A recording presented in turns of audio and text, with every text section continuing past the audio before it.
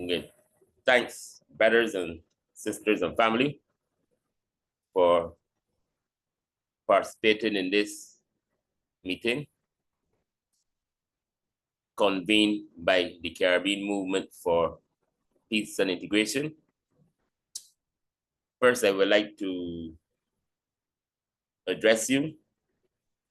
Then I would like to invite someone from Haiti, especially if that person is presently in Haiti, to give us an update.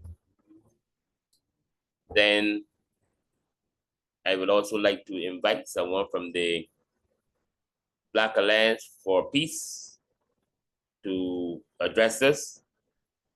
And during this meeting, the Global African Congress want to also address us on this Haitian issue.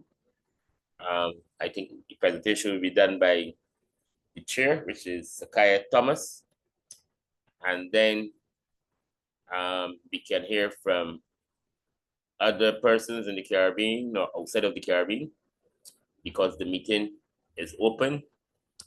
And at the end of it, I would like us to develop a position that will represent our Caribbean stand in solidarity with the people of Haiti.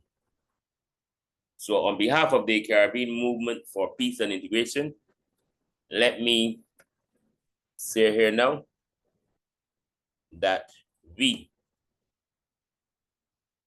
are not in support of any military or policing intervention in Haiti by Kenya, because our movement is very clear on this position, and our movement knows that this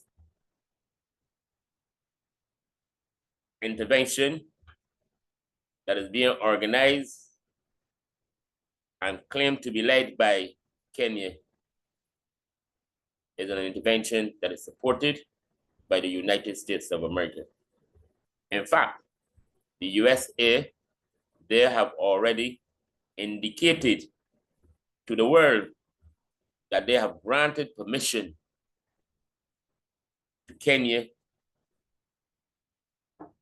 to intervene in this matter and to intervene into Haiti without asking the Haitian people what they want.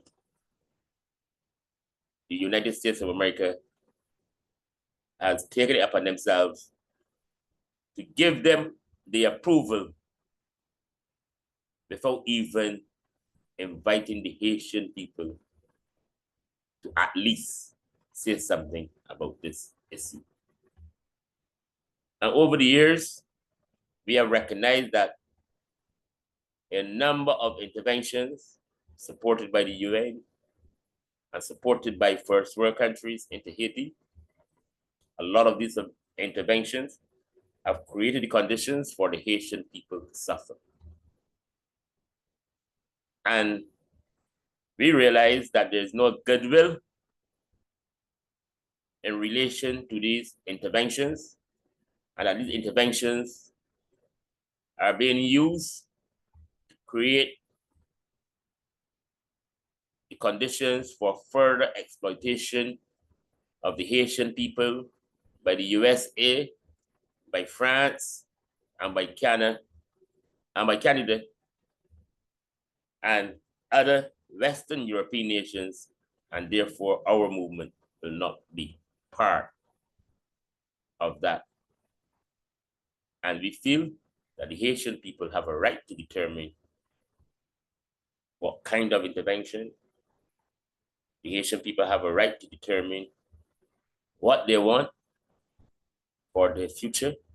The Haitian people have to find a way to deal with the gang situations, because those gangs are also being supported by the imperialist forces so as to create the kind of conditions for imperialism to invade Haiti. Now, our movement know that what the Haitian people need is for France to pay them back the money that they were forced to pay for their freedom. That's the first thing. Because the Haitian people are going through a very difficult period because of what they had to do to pay for the freedom. And our emancipation in the Americas came about because of the Haitian independence struggle of 1804.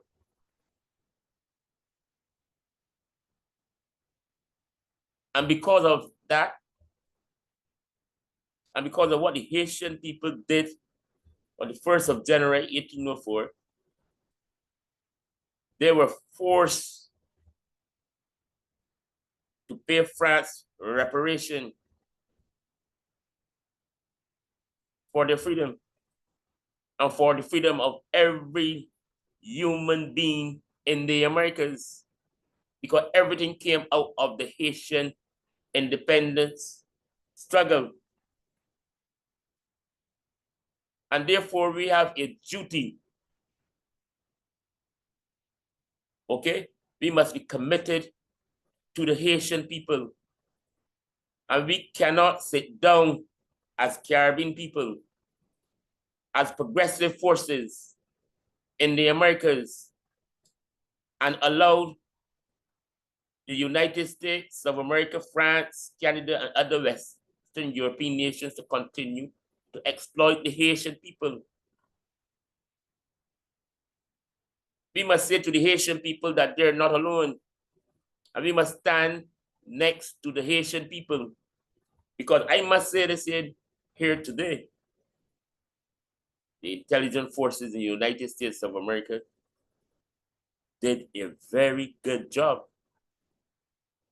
One, in dividing the Black African community in the Americas on this Haitian situation and making people believe that an intervention by Kenya is a Pan-African intervention. No, it's a USA intervention that is colored with Kenyan people. That is what it is.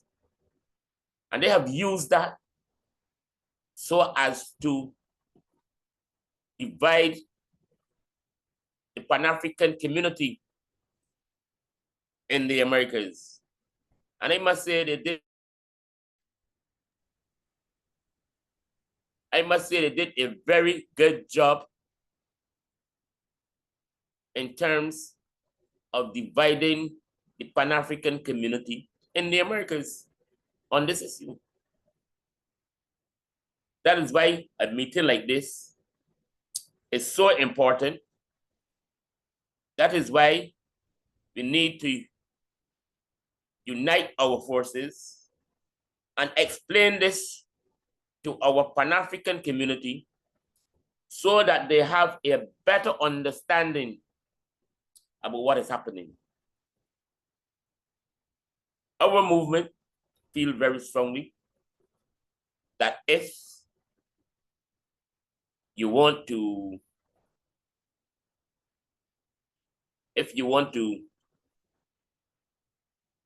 create the conditions for some kind of intervention, our recommendation would be to suggest that since Haiti is a CARICOM nation and is a full member of CARICOM,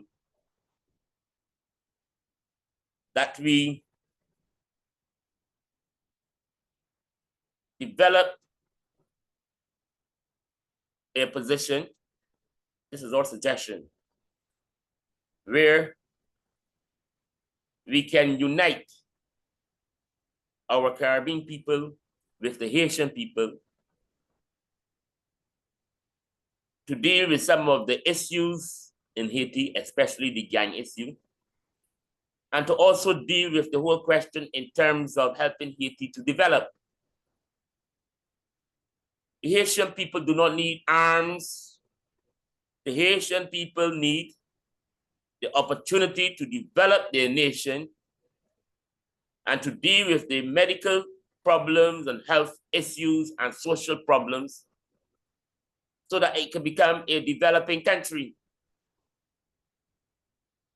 And I know the Cubans have done a lot of work in terms of helping Haiti in the area of education, in the area of helping them with some of their medical issues. After the earthquake, Venezuela assisted in some area in relation to housing.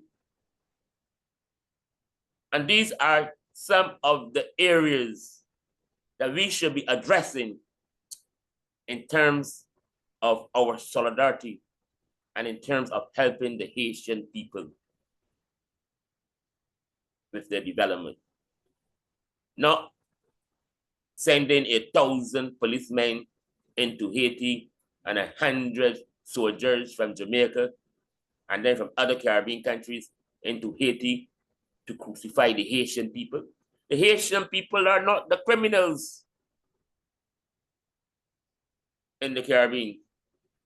The criminals are the USA, Canada, France, and other European nations that are supporting the gangsters in Haiti. Okay? And it's the gangsters that we have to deal with, and the supporters of the gangsters, not the Haitian people. So this is my opening statement as the General Secretary for the Caribbean Movement for Peace and Integration.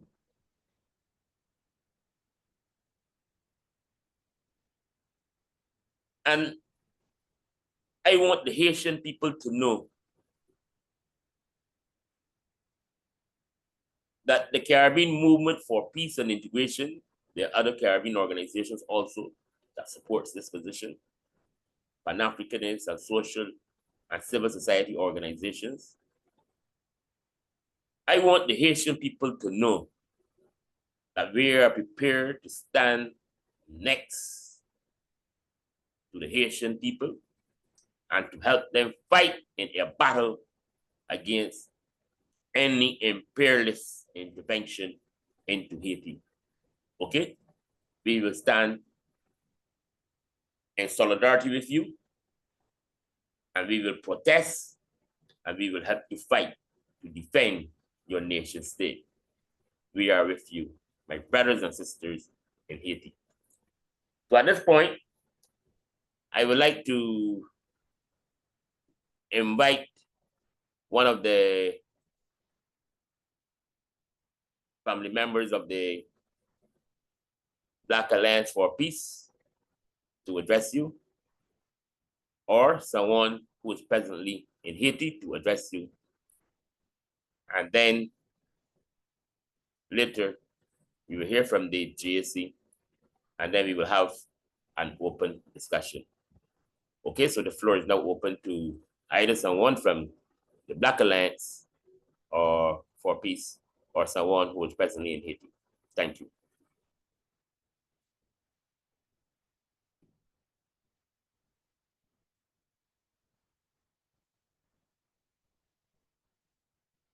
You just have to unmute and start to present your presentation.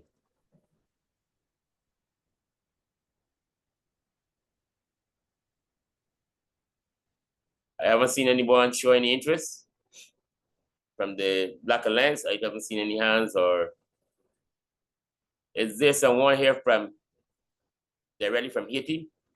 Because I'm not seeing the names of everybody. So Good morning. I'm Moses Shublat from Haiti, Canada. Okay, go ahead then, ma'am. You have the floor. Actually, I'm sorry. I'm late, so I really don't know where you are right now. So I can explain to you. What I did is we started at 10 minutes past 11, because I didn't want to just keep people waiting, because we said we would start at 11 o'clock.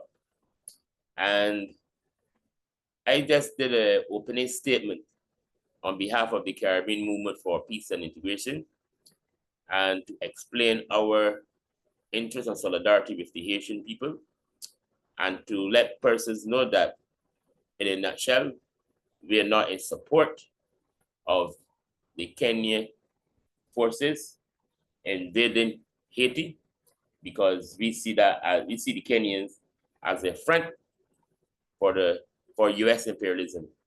That's it in a nutshell. So it's up to you, if you want to address this from there. Thank you. thank you very much, and I'm really sorry for being late.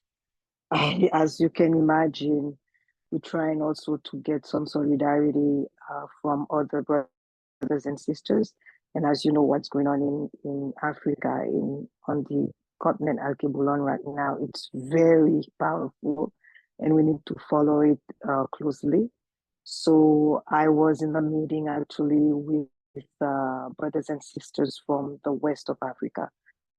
So that was the reason I'm late. Anyways, as you said, Kenya, and I don't know if it's true, but I think that I've seen on the news that Jamaica is willing as well to go to Haiti.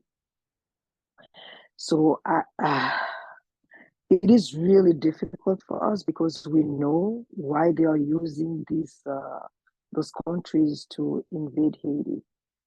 We talk about invasion because United Nations are not doing anything in our favor, and we know they've been lying, they've been manipulating our people to keep us in that subject misery. So I cannot talk for the Haitian role, but I can assure you that it's a big no for us. So we're trying to get solidarity from all our brothers and sisters around the globe. So this is where we at. We getting and we're organizing a lot of meetings.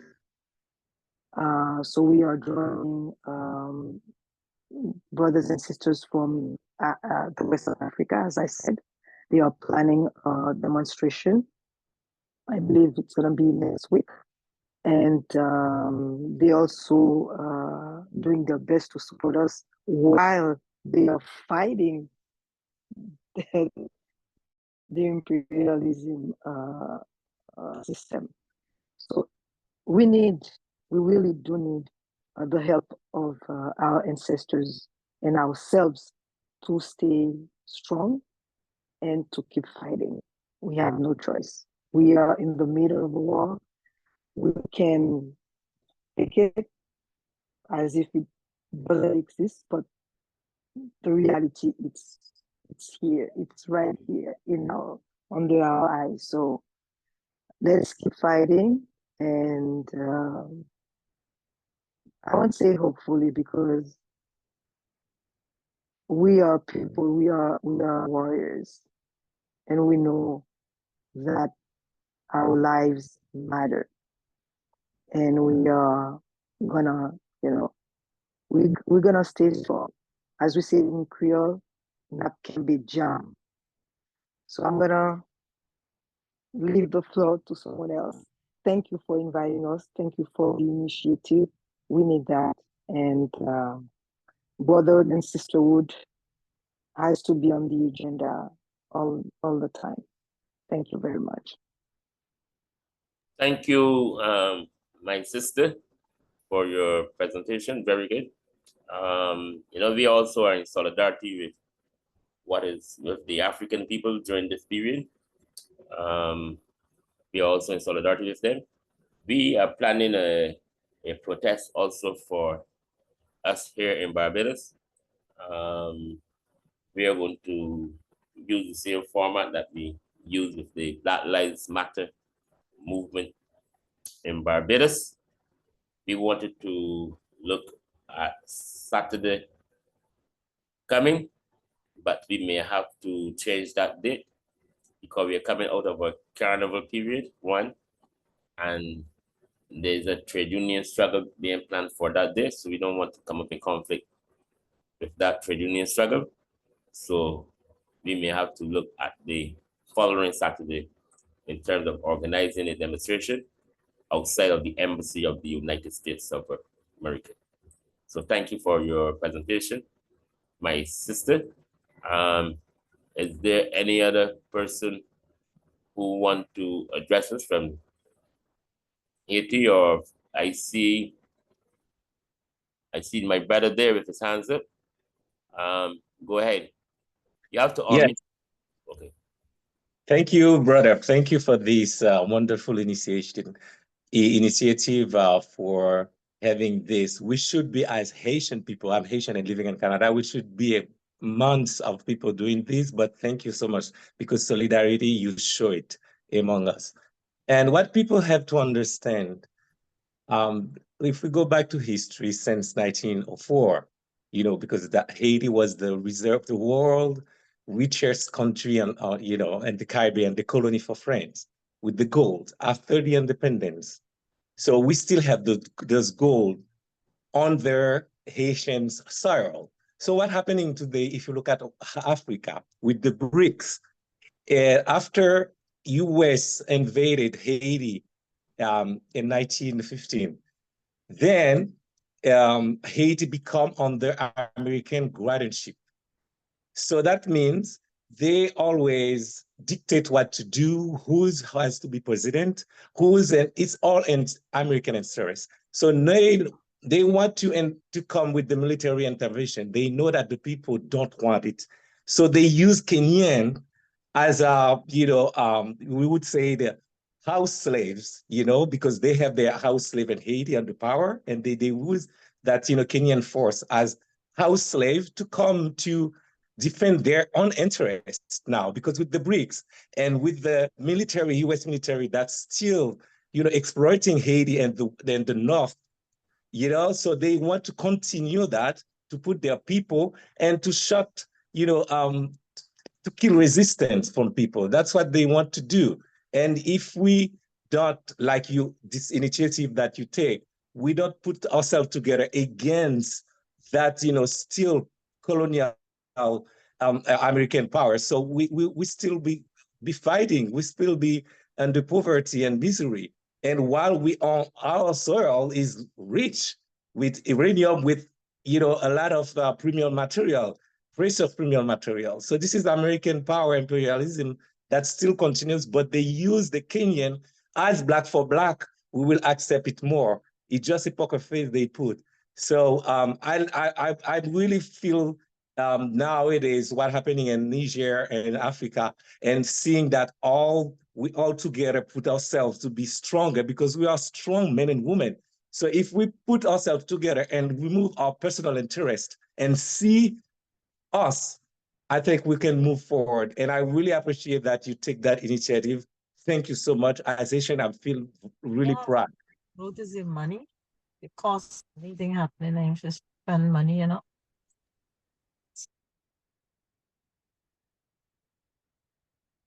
Thank you so much. Thank you so much for that.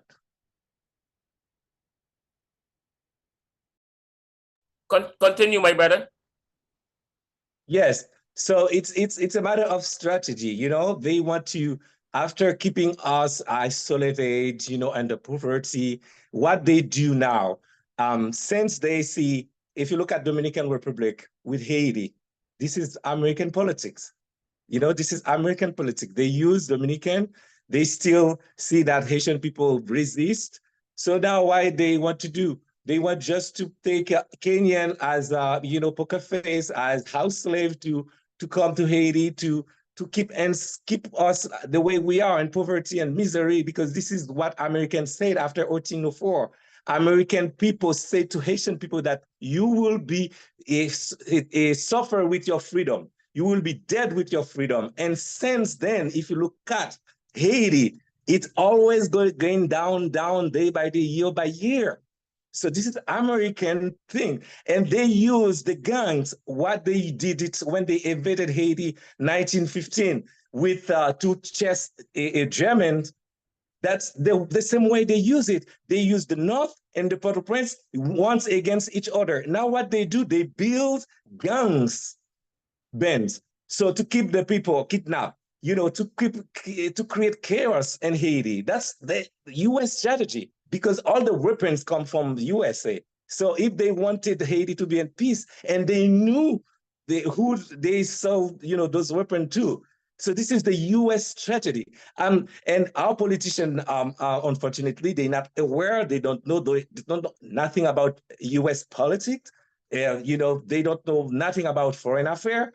So they just a poker face. U.S. put them on the power with locals and businessmen too. Most of them are Arabic descendant, has nothing to do with us. So this is the U.S. that continue and its part to exploit Haiti to keep us people and poverty. This is USA that's playing. All that game, it's US behind it. For sure. I'm living in Canada for over 20 years. I have learned so much how the West, the Occidental people, they do politics in Haiti and Africa.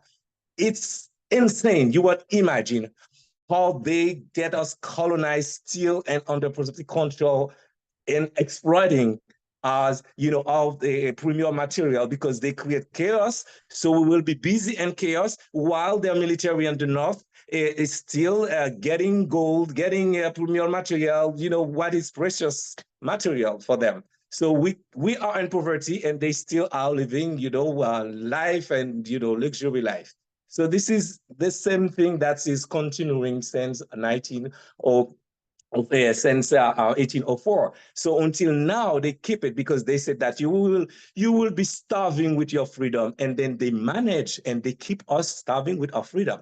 So that's we cannot accept like Kenyan comes like a poker face, like a house slave for US to keep us in this misery. While Africa, I'm seeing that the youth of Africa is rising up, is waking up. So I think we have to keep ourselves together, to group together. And thank you so much for this initiative, because this is what we need actually, to get together, to become stronger and to say, stop imperialism. Thank you so much for that. And we have to continue fighting. And we're not gonna stop there. We have to fight to put everything, to reveal the US plan, the diabolic US imperialism plan. Thank you, my brother. Thank you, my brother, and I'm very happy that for your presentation. I'm very supportive of it, and it's in the right direction. Brother Subukwi, I don't know if I'm pronouncing your name correct, but you're next. Yes. Thank you for being here. Thanks to the Caribbean Movement for Peace and Integration. Comrade David Denny. I appreciate this opportunity. And also thank you to Kwame Wilberg, who informed us about this meeting from Friends of the Congo. Today I didn't come prepared to make a presentation because the Black Alliance for Peace actually has a Haiti Americas team that is very active. And it's led by our Haitian comrade, Dr. Jemima Pierre, who is professor at University in California, but she couldn't make it today. So I'm here, and I would like to say a few words. Now, the Black Alliance for Peace, the Haiti Americas team, has for several years now been advocating against imperialist intervention on and this core group, they're so crafty by using proxies to do their dirty work for them. So if I may, I would like to read a short press release that was put out by Black Alliance for Peace, Haiti America's team, on August the 3rd, just a few days ago. And so bear with me as I read this press release. August 3rd, 2023, the Black Alliance for Peace condemns in the strongest possible terms Kenya's proposal to lead what amounts to a foreign armed intervention in Haiti. Kenya has offered to deploy a contingent of 1,000 police officers to help train and assist Haitian police, ostensibly to quote unquote restore order in the Caribbean Republic. Yet their proposal is nothing more than military occupation by another name. An occupation of Haiti by an African country is not Pan-Africanism, but Western imperialism in blackface. By agreeing to send troops into Haiti, the Kenyan government is assisting in undermining the sovereignty and self-determination of Haitian people while serving the neocolonial interest of the United States, the core group, and the United Nations. There is an urgent need for clarity on the issue of occupation in Haiti. As described in a recent statement on Haiti and colonialism, Haiti is undergoing occupation. No call for foreign intervention into Haiti from the administration of appointed Prime Minister Ariel Henry can be considered legitimate because the Henry administration itself is illegitimate. Black Alliance for Peace has repeatedly pointed out that Haiti is in crisis, a crisis of imperialism. Haiti's current unpopular and unelected government is propped up only by Haiti's de facto imperial rulers. The unseemingly confederacy of the core group countries and organizations, as well as the BINA, which is the acronym for the United Nations Integrated Office in Haiti, and a loose alliance of foreign corporations and local elites. Henry and the UN have made a mockery of sovereignty by mouthing the slogan, Haitian solutions to Haitian problems, quote unquote, yet finding the only solution in violence through foreign military intervention.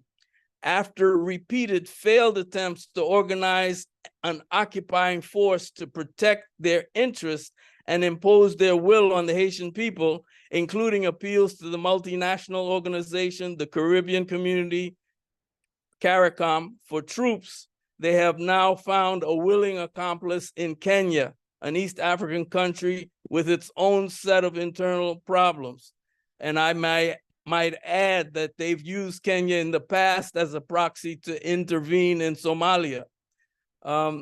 As Austin Cole, the co-coordinator of the Black Alliance for Peace, Haiti America's team, argues, quote, at best, Kenya is allowing itself to be used in a violent line of neocolonial puppetry that will inevitably result in more death and imperial plunder for the masses of Haitians.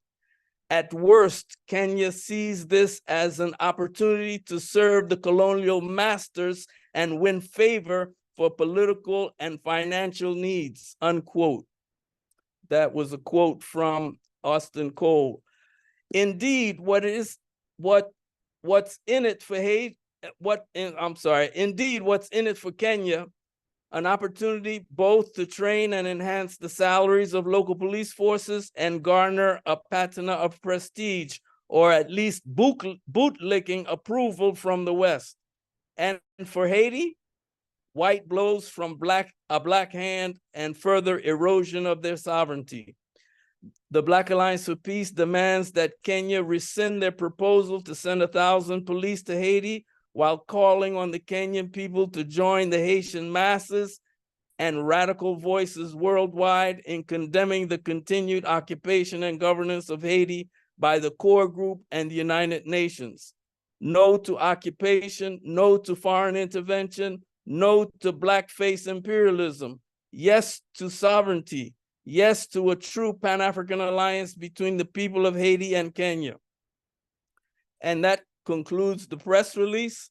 And I just want to add that we are normally very proud of, as someone with Caribbean roots myself, living in the States for years, I'm normally very proud of the progressive voice of Mia Motley, but I'm afraid on this one, I think the Caribbean Movement for Peace and Integration has it exactly correct, and I think what Comrade David said in his opening statement is exactly on point. So I will add, in closing, I will add the link to this press statement in the chat so that other people can go to it and can go to the Black Alliance for Peace website and see all of the press statements by the Haiti Americas team. Thank you very much. Thank you, my brother, for your statement. And you can add the Caribbean Movement for Peace and Integration to this statement because we support this position and your position is correct. At this point, I would like to invite our brother, Michael, to address this. Michael? Yes, thank you very much, Comrade David. I will be brief because Sikaya and myself are from the Global African Congress. We have a somewhat more formal presentation to make.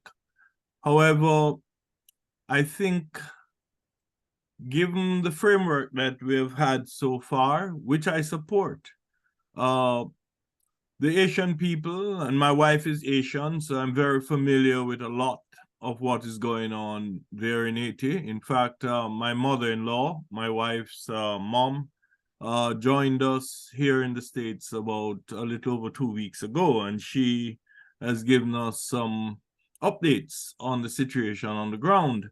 Long story short, the Asian people certainly don't want any imperialist intervention under any guises. That is for sure.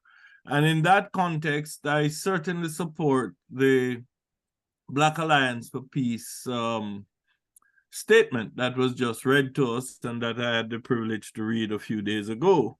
I also agree with the comments made by the Asian sister and the Asian brother, Will Zamor, that were made earlier as well. However, there is something that concerns me. Certainly, we don't want imperialist intervention in Haiti. The Asian people have refused it, and they have had many imperialist interventions and occupations in the past that have never turned out well for them. However, when the Black Alliance for Peace makes the statement that the crisis in Haiti is a manifestation of the crisis of imperialism, that is undoubtedly true also. However, here is my concern. How are we going to assault in concrete terms the crisis of imperialism that is manifest in Haiti in terms of the gangs that are raping and killing and kidnapping Asian people, that are objectively pursuing the goals of imperialism, intimidating the Asian people, and so on? These gangs need to be wiped out. I have no problem with them being even physically wiped out. Absolutely no apology to no one as it relates to that. These guys are creating mayhem in Haiti. They are no friends of the Asian people, even though they are Asians themselves, just like Henry, the unelected, illegitimate government. And so we need to have, I believe, concrete proposals as to how, whilst we agree that there should be no imperialist army or friends of imperialism invading and occupying Haiti, we have to have solutions to how we are going to neutralize or eliminate the gangs in the short to medium term, how we are going to get the state institutions, the courts, the police, etc., functioning again so that the Haitian people can have some security. And how are we going to reconstitute these state institutions that they serve ordinary Haitian people? How are we going to stimulate the economy again and so on? So it's one thing to say, and quite rightly, that we don't want any imperialist intervention in Haiti. And I am fully on board with that. But at the same time, and the two things are not mutually exclusive in my mind, at the same time, we have to come up with concrete short and medium term solutions to the problems that the Asian people are confronting on a day-to-day basis. So I will leave it there, but that is what I wanted to say. Thank you, Michael, for your presentation, but I don't know if you was part of the my opening, was here for part of my opening statement.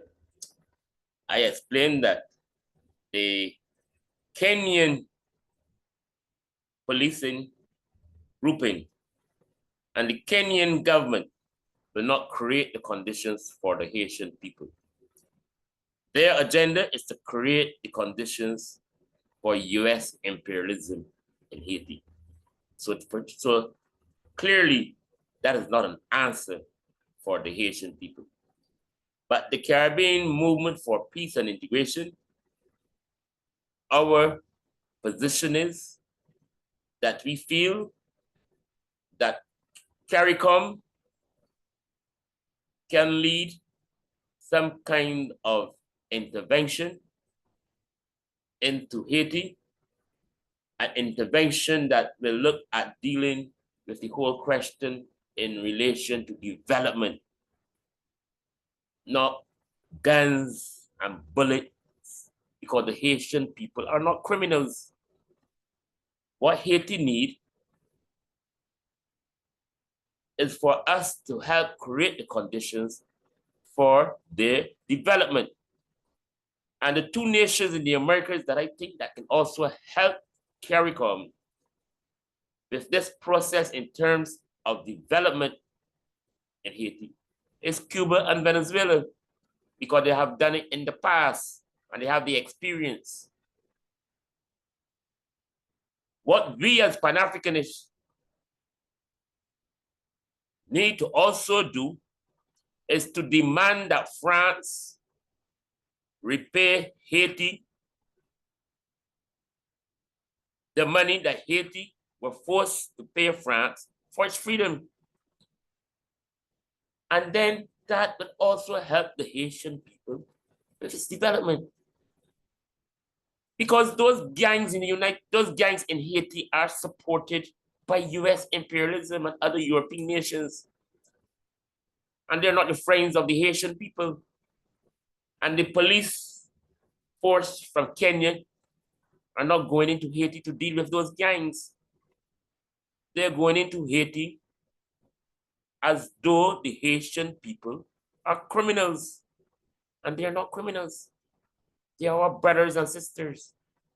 And therefore we should do whatever is necessary to defend them. Erica, you're next. Yes, I appreciate you so much. My name is Erica Keynes. I am one of the co-coordinators of the Black Alliance for Peace Haiti Americas team. I appreciate being invited to come. I apologize being so late. I have a son. We have morning activities. But I was able to hear my comrade, Brother Chivo, read off the statement, and I was able to hear the response to that statement. I just wanted to quickly respond to the point raised about gangs. I think the issue with gangs is a misnomer. The region itself has seen an uptick in quote unquote gang violence. Jamaica just recently banned gun music. last October, Turks and Caicos was not allowing any tourists in the country because they were dealing with an extreme amount of violence. The Bahamas, I mean, we can go on, Trinidad and Tobago, but Haiti is being exceptionalized for a specific reason. No one's calling for intervention in Turks and Caicos. No one's calling for intervention in Trinidad and Tobago. They are consistently calling for military intervention in Haiti. That is an imperialist agenda. That is something that's being backed by Western hegemony, to expand Western hegemony. The positionality of Haiti, and even if we look at the history of Haiti, because people love to talk about the history of Haiti and what Haiti means to the Pan-African struggle, but then they ignore the contemporary issues that's happening with Haiti as if it is not an issue of a Pan-African struggle. So the suggestion now is to have Black faces take the place of these white hands, because it's pretty obvious, right? When we see a Blinken, what's going to happen? When we see a Kamala Harris, but what's going to happen? But when we see they're bringing in Rwanda, they're bringing in Jamaica, the Bahamas, Kenya, for military intervention, we have to remind ourselves what 2004 looked like when they brought in Brazil to take the place of what the U.S. wanted to do, or to make U.S. hands. So I think the issue of gangs really does a disservice to the actual core issue, because there's no conversation about how do these gangs erupt, who are these gangs actually protecting, with class interests of Haitians these gangs are protecting, because they're really paid paramilitary if we really want to talk about it. They're not just some elusive gang. They are acting as militia. So because they're being paid. So those are questions that are not being asked. Instead, we're being asked to deal with a crisis in Haiti. And that, again, that the dealing with the crisis in Haiti, I think, removes the self-determination and sovereignty from the Haitians, who have been adamant that they do not want military intervention, who have been defending themselves against these gangs, because they have been coming together as collectives to do such, who have been organizing around these questions. So I think I appreciate you, Brother David Denny, for raising the critical point that if CARICOM was to intervene, it should be intervening to the point of helping to not stabilize in a way of intervention, but stabilize in the way of the economy. When you raise Cuba and Venezuela, they have been a big help. I think we have to remember that Haiti itself is a laboratory for the region. The region itself could not have seen independence without Haiti. The Bolivarian Revolution could not have happened without Haiti. So a lot of these nations recognize that history and that connection. Venezuela has recognized that history and that connection through Hugo Chavez, and they were willing to continue that. But we have to remember that the U.S. has backed continuously illegitimate leadership, quote unquote, alongside the core group. And because of that backing, they have disconnected these relationships that has helped Haitians. So now Haitians are in a state of turmoil currently. So the issue is a multi-pronged issue, obviously, but the focus on gangs sort of does an injustice in how we can actually come together and actually talk about what is the proper way for us to deal with what is happening in Haiti. Because I think what we're seeing is that there's an emotionally charged response, obviously, because there is a lot happening. But I think the snap judgment is that we need to do something to stop what's happening, as opposed to bringing in Haitians and having these conversations about what they're already doing and how can we assist in the development of Haiti. So I do appreciate you raising that. So I'll yield here, but I did put in the chat a lot of the ongoing work that we're doing, especially naming the core group, Benue, etc., as the crisis itself. I'll yield. Thank you. Thank you, my sister family, for your presentation. And I've seen the information. I'm seeing the information in the chat, and at the end I will download it and look at it. I want to invite our brother Sakaya Thomas, the chair for the Global African Congress, to address you. Sakaya Thomas. Thank you, David. Can you give Evelyn access to the screen, because we have a slide presentation and she'll walk us through it? I sent you that. What's her name again?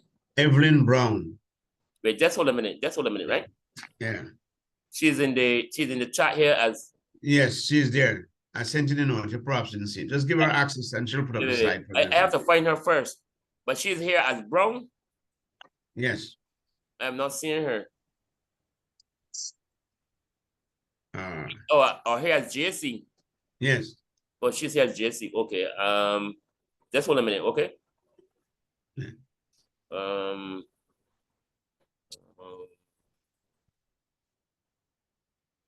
I have to join her, allow her. Hold a minute, right? Wrong.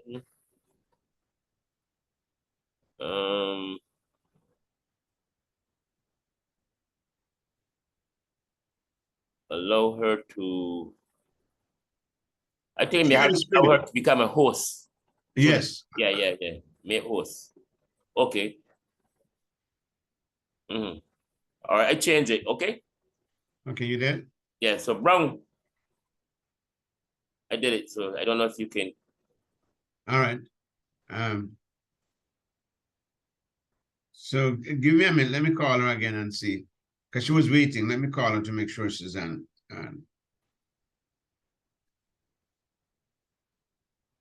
She's muted.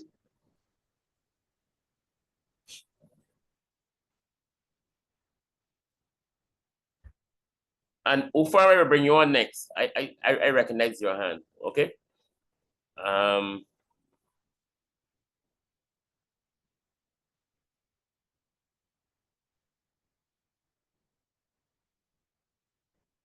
Or Sakai, what I'm going to do here right now, right? Oh, she's here. She's here. So Sakai, you can go ahead now. Sakai?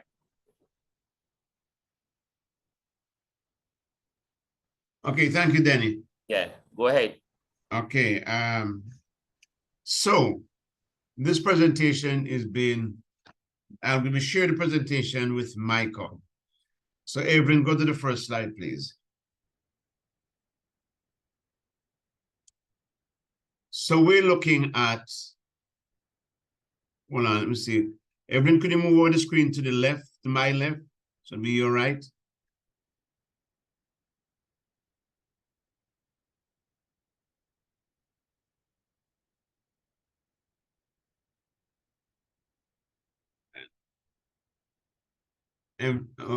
Evelyn, can you move it over to the left?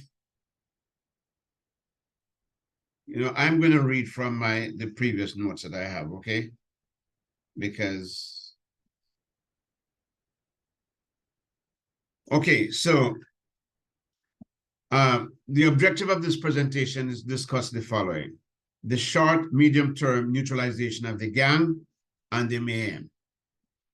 The short, medium-term re-energizing the institution of the state. 3, to achieve socioeconomic and political stability via, what is the goal here? Isn't it the social and economic stability of Haiti? Isn't it to get the organ of the state of Haiti functioning in order to lay the foundation for election and other development?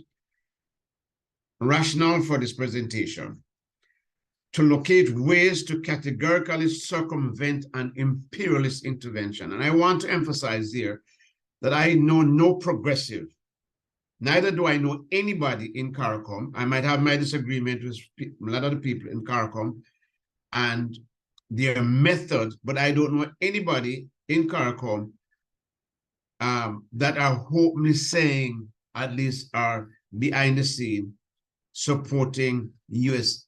imperialist intervention. They might be weak, but I don't know of anybody, any of the member states that are saying they are going to support and who have not recognized it for what it is.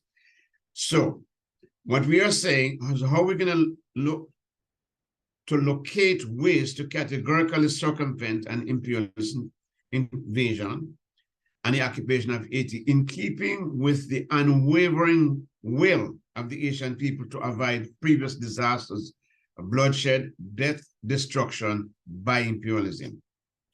To lay out some basic position that may be unpopular with some, or maybe many of you, though we believe they are critical to neutralize the criminal gang that are objectively carrying out the mission of imperialism and the Asian oligarchy to not only intimidate and suppress the Asian people, fight for their right and freedom, but to importantly maintain the status quo and the illegitimate Henry government that support it.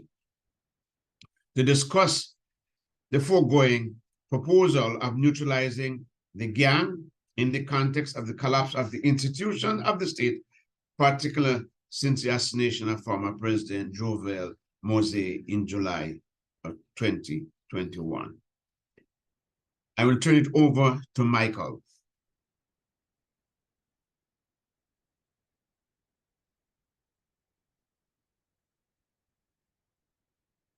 Michael, you need to unmute. Yeah, sorry about that, guys. As I said earlier in my intervention, our focus in the GAC is, whilst agreeing with having no imperialist armies and or their friends invade and occupy Haiti, we at the same time believe that there is need to present concrete measures to deal with the problems on the ground. I don't think we have any fundamental disagreement. So when Brother Denny re-emphasized the need for no imperialist intervention and to pursue development, as well as our sister from Haiti, we are on board. That's not the issue. The issue is, how do we proceed to achieve development in a South-South cooperation attempt? What would be a cooperation of developing countries going into Haiti, not with arms, but with solutions to the problems of the gang? Are we going to disarm the gangs who are raping and committing all kinds of mayhem in Haiti? They are not helping development to proceed. What would be an acceptable South-South alliance of countries going into Haiti to help the Asian people, not to mow them down with guns, but to provide seeds for farming, for example, to neutralize the gangs? What are some of the concrete suggestions that we have to neutralize the gangs? For example, do we have a proposal for amnesty for the gang members? Do we have a proposal to say, for example, a buyback of guns from the gangs? Do we have a proposal to use the voodoo priests, for example, that have some prestige in Haiti, to appeal to gang members that they may know, and to get them to give up their weapons? And how are we going to incentivize the gang members, at least some of them, hopefully most of them, to give up the AR-15s and M16 rifles and so on that they have assaulting Asian people? You know, are we going to penalize those who don't turn in their guns? Or are we going to do that? If, in fact, we cannot restart the state institutions, the court system, the police, etc., not to brutalize people, but to get rid of the guns that these gangsters are using to intimidate and to kill the Asian people? Or are we going to deal with the trauma of Asian women, including very young girls who are being raped, of young boys who have experienced violence. What are the concrete proposals to neutralize and to eventually eliminate these gangs? How can we induce these gang members, or at least some of them, to get jobs if we don't have proposals to get the state apparatus working again? And some of these concessions, by the way, that we are suggesting, such as an amnesty for gang members, or those who will accept the amnesty, and we can work out what that looks like and so forth, are concessions that we believe in the GAC are necessary in the context that the state machinery, the state organs have collapsed. They're not working. And so some of these suggestions that we are putting forward, we are not hard and fast on them. We are not saying that these are the only suggestions that can be made, but we are saying that in the context of the social alignment of forces in Haiti, given that the state apparatus, the state institutions are not functioning, we have to make some of these concessions even to the criminal gangs that are killing Asian people. And, you know, our sister from Haiti spoke about the rise in gang violence across the Caribbean. That's true. I'm Jamaican. I can attest to that. But here's the fundamental difference, my sister. The state apparatus in Jamaica, in Trinidad, and in other parts of the Caribbean where the gangs are on the rise, still works. They have not collapsed. They have their weaknesses, but they still work. The police force works. And many of them are corrupted too. The court system works in spite of its weaknesses. The prison system works. And so that's a fundamental difference. In Haiti, these institutions are collapsed. They are not working. And furthermore, we have an illegitimate government in Haiti that is fully in the pocket of imperialism. And so I will just add this as well. Critically,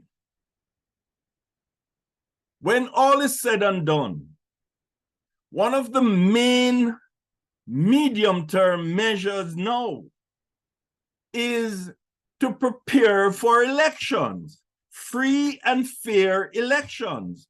And so one of the challenges now, again, we come back to restarting the state institution, is how are we going to get the political and the social infrastructure in place to ensure that polling stations all across the country are not going to be intimidated by these gangsters, that we will have security for ordinary Asian people to go out and to cast their votes, that the administrators of election in the various cities and villages and towns across Haiti are in place to ensure that there is no intimidation and that the votes are properly counted and so on. If in fact, when all is said and done, of not having imperialist armies in Haiti killing and intimidating the Asian people, we don't have clear-cut solutions to these problems. Or are we going to get rid of Henry if we don't have the political and social infrastructures to ensure that the election is free from fear and that the Asian people can in fact cast their vote for the candidates of their choice? That comes back fundamentally to the question of security and how to neutralize the gangs, and importantly, to complement the neutralization of the gangs. How do we get the state institutions working to help to lay the foundation for free and fair elections? These are critical issues, and we are all in favor of development for Haiti. We are all in favor of, I'm sure we all would want the Cubans to go there. I certainly would, and I'm sure the GAC does, and the Venezuelans, for all the reasons that Brother Denny mentioned, all in favor of those things. But in our opinion in the GAC, we have to address these critical issues of the neutralizing the gangs, as well as getting the state institutions going again if we're serious about the long-term development of Haiti. Because we have to have a government that is pro-development in order to get that done. And you cannot have development when you have gangsters running around, killing people, raping young girls, taking away people's homes, etc., etc. That is just, simply put, anti-development, and you certainly can't have development when you have state institutions that are non-functional. I will stop here, and we can pick up the discussion as we go. Thank you, my brother. No, Denny, just Sakaya. I just want to summarize two other points. Two other points that how we had structured the presentation. And that is, and that's the final point I want to make. I want to reassure everybody and this, that we all have a common interest in Haiti. And it's not a matter of competing opinion, which one is right and which one is wrong. I saw the question just asked in the chat. The primary contradiction is not the gang.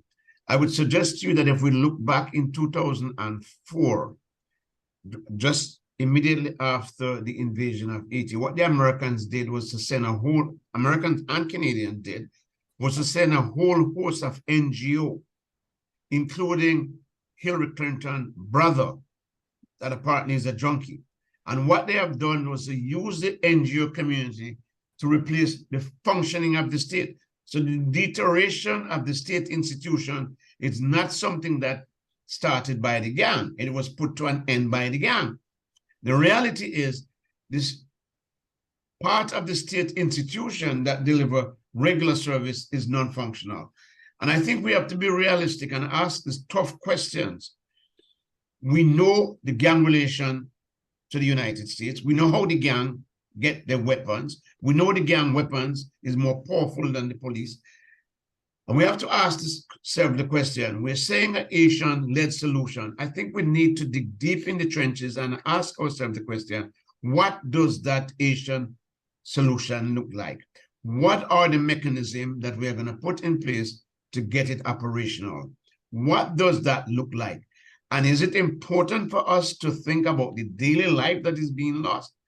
I live in Canada. I could tell you on a regular basis in the last 2 years, refugees are coming to Canada from Haiti just about every 2 weeks. And those are the people with the skills. And they will tell us, and they're part of our organization, they will tell us the daily reality. And the daily reality is that we have a state machinery that's no longer functioning. Thank you. Yeah, thank you, Brother Michael and Sakaya. Sister Brown, it would be good if you can take down the slide now so that we can better organize. Thank you. Just to let you know, as you know, I'm gonna repeat myself, the policing team from Kenya will not bring about what you are calling for, my brother, but the Michael. Their agenda is strictly to create the conditions for US imperialism. And the only way we can bring about that change that you're talking about, and the solution is, and the only solution that I can see is that CARICOM working out some kind of developmental program for the Haitian people. And the two best countries in the Americas that I think can help is Cuba and Venezuela. I would now like to give No, respectfully, brother Denny, just very quickly. I am not calling for no Kenyan force to go into Haiti. I've never said that. I'm not calling for. I am not saying. I'm not saying that you're. no. I'm not saying that you're calling for the Kenyan force. What I'm saying is that the Kenyan force will not create what you are suggesting. No, we are clearly appreciative of that. That is precisely why we are not calling for no form of imperialist intervention. However, we are asking us to discuss what would be a South-South alliance of countries that would be acceptable to go into Haiti to address some of the issues that Sikai and I have been raising. But the JC can make a suggestion, can put forward a suggestion. Well, we have been, and that's for us all to discuss. We don't have a monopoly as to what the solutions look like. We are simply raising some issues to be discussed by all of us. Thanks, my brother Michael and brothers, okay? I would like to invite Brother Umfar Wells, who's the chair for the Pan-African Coalition in Barbados. So Brother Wells.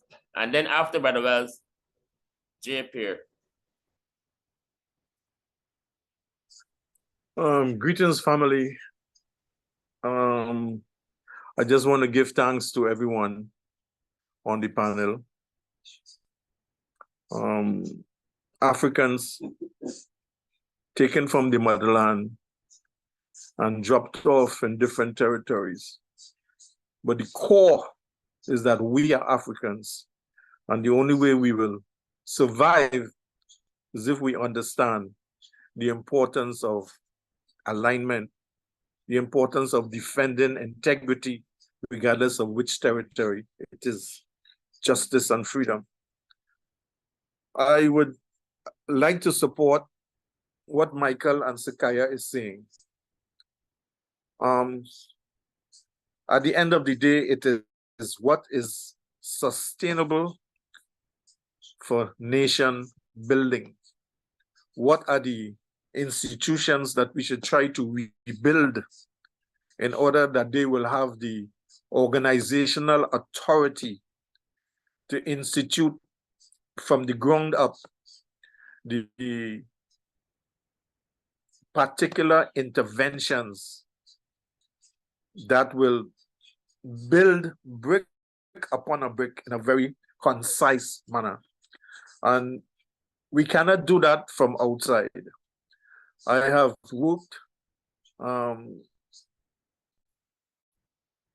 in terms of making alliances with the Black Alliance out of US. I see you all have representatives here, but I have also asked Brother Paul Pumphrey, who is presently in Haiti attending a people's conference on the ground. And it is very important that the people on the ground in Haiti, who has traditionally developed an organizational structure to be able to help in creating the inputs that we from the outside can make. Paul is trying to join us, so I look forward to his contributions from the conference that he's attending.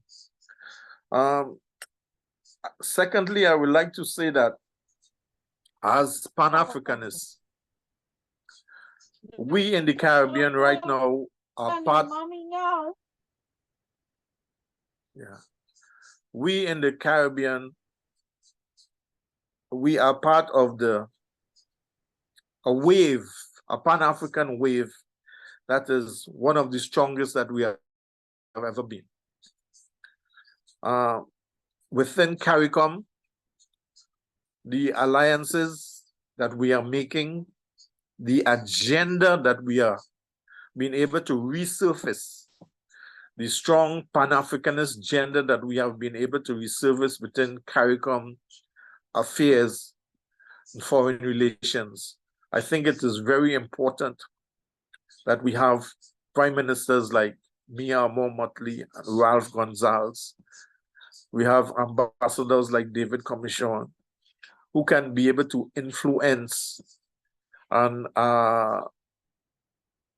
as Michael and Sakaya has also stated, and you have stated too. The polls, because I want to barbecue today. Somebody need to mute the mic.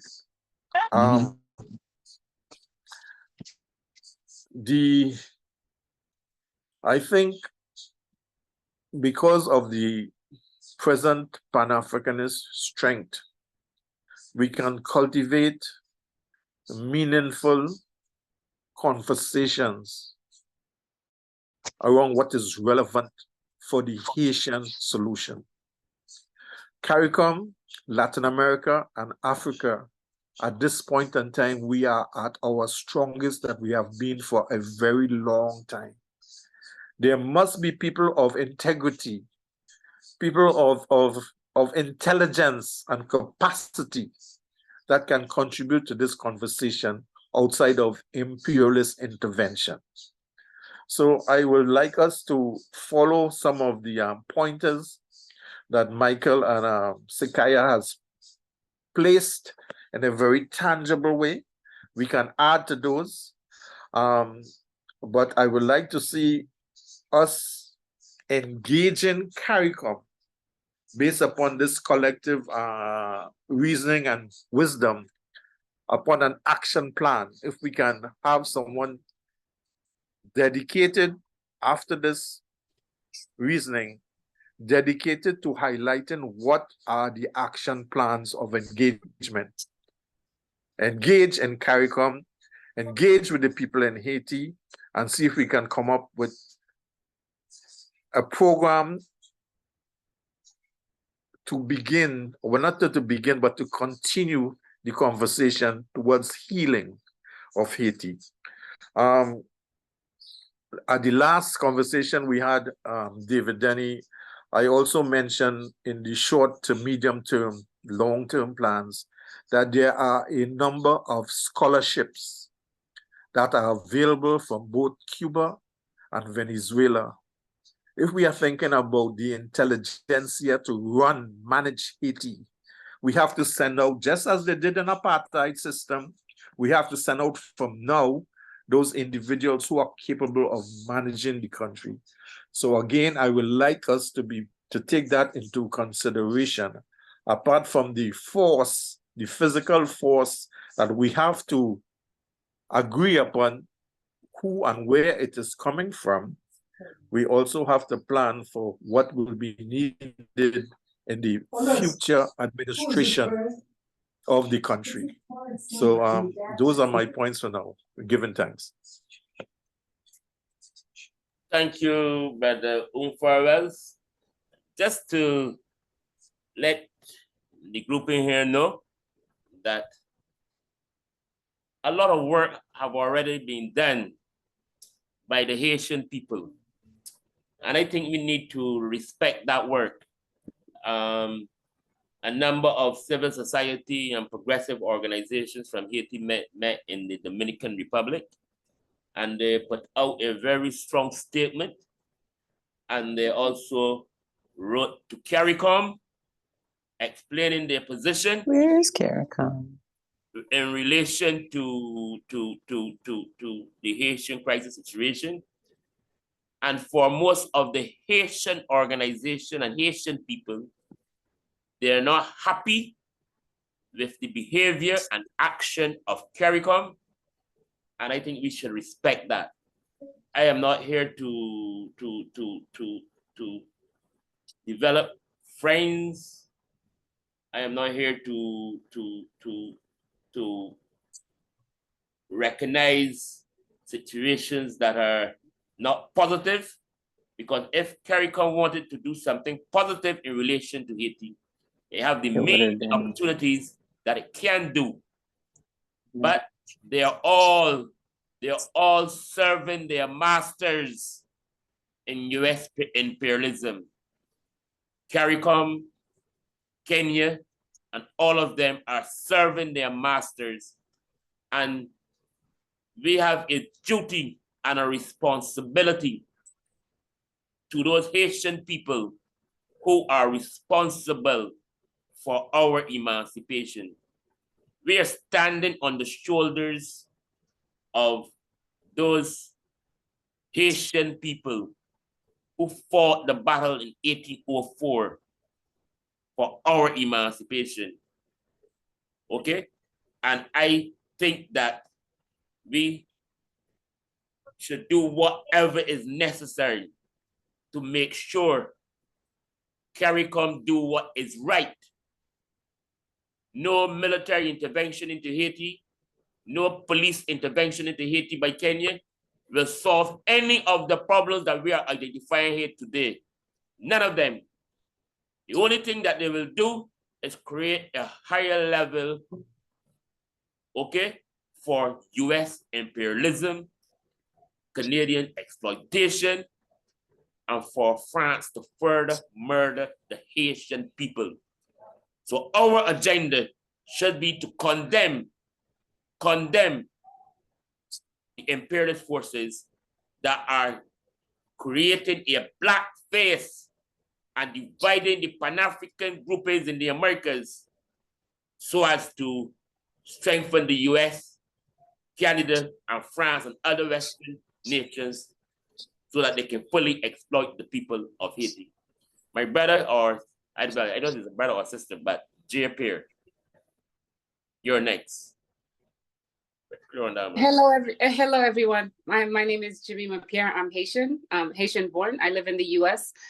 Thank you so much, Brother Denny, for calling this meeting, and thanks for everyone for taking the time to concern themselves to talk about what's going on in Haiti. In listening to this conversation, I came in late, I apologize, but one of the things I wanted to first stress is that the premise of the conversation is wrong.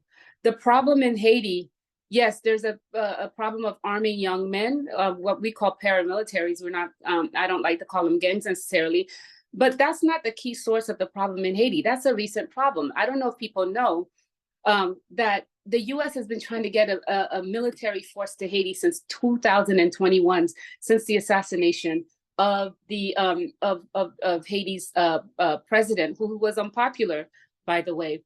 And they've tried everything that they can to get this intervention force. At every turn, it was rebuffed, and so this is the latest. And so what I have to say here is that what's sad. There are two things that are sad to me. One of them is CARICOM is only now coming to talk about Haiti at the behest of the West, through the language of the West. So if I read the Jamaican Gleaner, if I hear the PM's Prime Minister of Jamaica talk, I might as well be watching CNN and reading the way that they represent Haiti. In 2004, when PJ Patterson was Prime Minister of Jamaica, CARICOM was one of the few people that stood up against the US, France, and Canada coup d'etat that removed our first elected and popular president, Jean-Bertrand Aristide. Since then, CARICOM has not paid attention to everything else because Haiti has been under UN, US, and core group occupation ever since that time. Every time that we've had so-called elections, when the US government imposed the PHTK, Michel Martelly, CARICOM did not say anything. When Hillary Clinton flew in and changed the results of the elections, CARICOM did not say anything. When the OAS changed the result of the elections in 2016, CARICOM did not say anything. When they forced that the most popular political party in Haiti did not participate, kept them out of the elections in 2012 to 2016, CARICOM did not say anything. When they were protesting the fact that Jovenel Moïse was extending his mandate as president, CARICOM did not say anything. When they were protesting just last summer, the fact that the IMF forced told Ariel Henry to remove fuel subsidies from the Haitian people, raising prices by 50% overnight, CARICOM did not say anything. So why is it that it's now using the discourse of this language of these brutal gangs, these black boys running around with machine guns, this is when CARICOM comes, and the only the only solution CARICOM and the US seem to have is a violent one. Why do we need violence as a solution? We are Haitian people. We are Black people. We are the leaders of revolution in the world, in the hemisphere. And so my thing is, if you're a doctor and somebody comes to you and say they have these symptoms, they have a headache, they have a backache, your first solution is not to say, well, here's some medicine right now. I know, let's beat your back out. You know, let's stretch it and do something out. We have to figure out what's the cause of the pain. The cause of the problem is Haiti has been under occupation since 2004. You can look at any UN meeting about Haiti. Who represents Haiti? The core group, the UN office, BINU. It's white people talking on behalf of Haiti. So if you say Haiti does not have a state, we need to solidify state institution. You know, there was three different accords in 2021 put together by Haitian civil society and radical activist groups to have a transition council to remove Moise. This was before the assassination. The US government pushed that out and snuffed out all these accords that the Haitians put out together. And so how can you say we need to strengthen the state when the cause of the destruction of the state runs Haiti and still makes the decisions and are the ones that are calling for intervention, are the ones that are upholding an illegal government that is implicated in the murder of the president? Alia Henry is implicated in the murder of Jovenel Moise. And so my thing is, if we don't sit back and take the time and realize what's been going on Haiti, what's going on in Haiti, besides what CNN, BBC, and Anthony Blinken is telling us, then we won't know how to fix the problem. Look, Haiti had a huge concert in Port-au-Prince, a Nigerian-American star 2 nights ago in Pétionville, fully charged with people. Where are the gangs? You know why? Because the gangs are funded by the elite. The gangs are funded by Alia Henry, by the core group. And so there was a jazz festival 2 months ago in northern Haiti. Would you not know? You would not know that. You would think the whole country's in civil war. So we have to actually move away from the salacious, propaganda that the Western media is doing in order to, beat the drums for military intervention in Haiti. And we have to do our homework and go back to 2004 when CARICOM used to care about Haiti under PJ Patterson, when they denounced the coup, but then they've been silent the last 19 years. And so we have to ask our regional governments, why is it that they're silent? And why is it that the only thing they can think about when they think about Haiti is to bring more violence into the country? Now, look, there's so many things that could be done. The Chinese ambassador says, we need to have an arms embargo. They're not doing the arms embargo. They just leave, the arms are coming from the US. The 5 ports in Haiti are owned by 5 private families. They know exactly where the guns are. The US tried to sanction some rich people because they fund these young men. And so we know the solution. The solution is to actually disband the core group and stop the imperial control of Haiti. Because it's from that everything else comes. And so the UN has been running Haiti since 2004. If there's a deterioration in the Haitian state, you have the blame is at the UN office, the core group. They've been running Haiti. Haiti has been a colony of the UN since 2004. Now, if we don't really start at the beginning of the problem and fall for this, the hysteria of the West because they wanted intervention, then we're not going to fix the problem. So that's all I wanted to say for now. Thank you. Denny, can you allow me to, Denny? Yeah, just a minute. Just a minute, Sakai. Just a minute. Thank you, my sister. In fact, actually what you are saying, okay, is very, very, very clear among Haitian people. I was just give me a chance, please. I was just in Cuba, okay? And while I was in Cuba, okay, I met with Haitian students at the University of Santiago de Cuba. And actually what you are saying, the Haitian students are saying. When I was in Havana, I met with some of the Haitian people in the Haitian community of Havana at the Caribbean Association in Havana. And the Haitian people there are saying the same very things that you are saying, okay, about Haiti. Okay? So I think the Haitian people are very, very, very clear about the situation. One, they're not happy with the way CARICOM is handling this issue. And 2, They're totally against any form of intervention into Haiti because they have experienced it, okay, from the UN forces in the past. Right? The Haitian women were raped, Haitian people were taken advantage of. Okay, so they experienced all of those things. And because of that, the Haitian people are totally against any form of intervention. And what we should be discussing right now is how we as Caribbean people, how we as people in the Americas can help the Haitian people to fight the struggle against France, UK, and Canada, and how we can help them to develop their nation state for their people. That's what we should be discussing. Respectfully, that is what we are trying to discuss, Denny.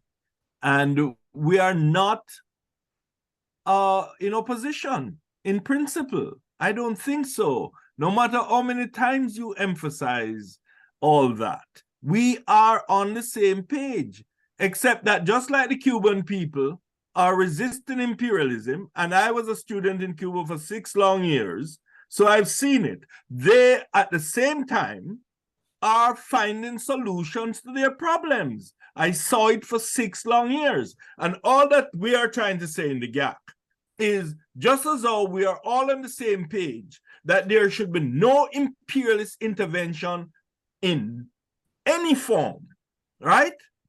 At the same time, we are saying, that said, hey, the Asian people need food, farming has to go on. The Asian people need jobs, investments have to take place. The Asian people need to move around freely so that these monsters, and we can use all kinds of romantic language for them, but these monsters, these gangsters or paramilitary force or whatever you want to call them, these guys must be eradicated in one form or the other because they are not the friends of their very people. They are carrying out imperialist missions, and we have to neutralize them in one way or the other so that Asian women can walk freely, so that friends can meet and have a drink at a bar, etc., etc. That's all. So we are not saying anything different. We are just trying to complement. We are also saying we are also saying at least give the Haitian the language a of chance, eradication. right? The language of eradication is terrible to me because it sounds like genocide. Maybe. But I want to. You're back to the problem, thinking that this is the main. Yes, there's a problem of violence in Haiti.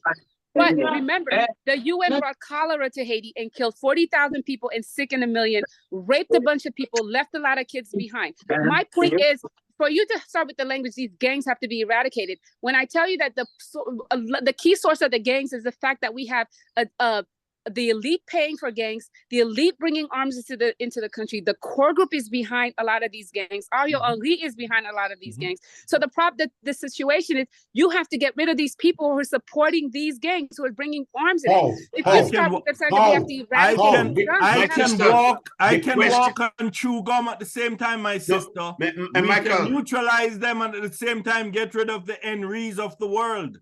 Let's talk about the how, my sister. Let's talk.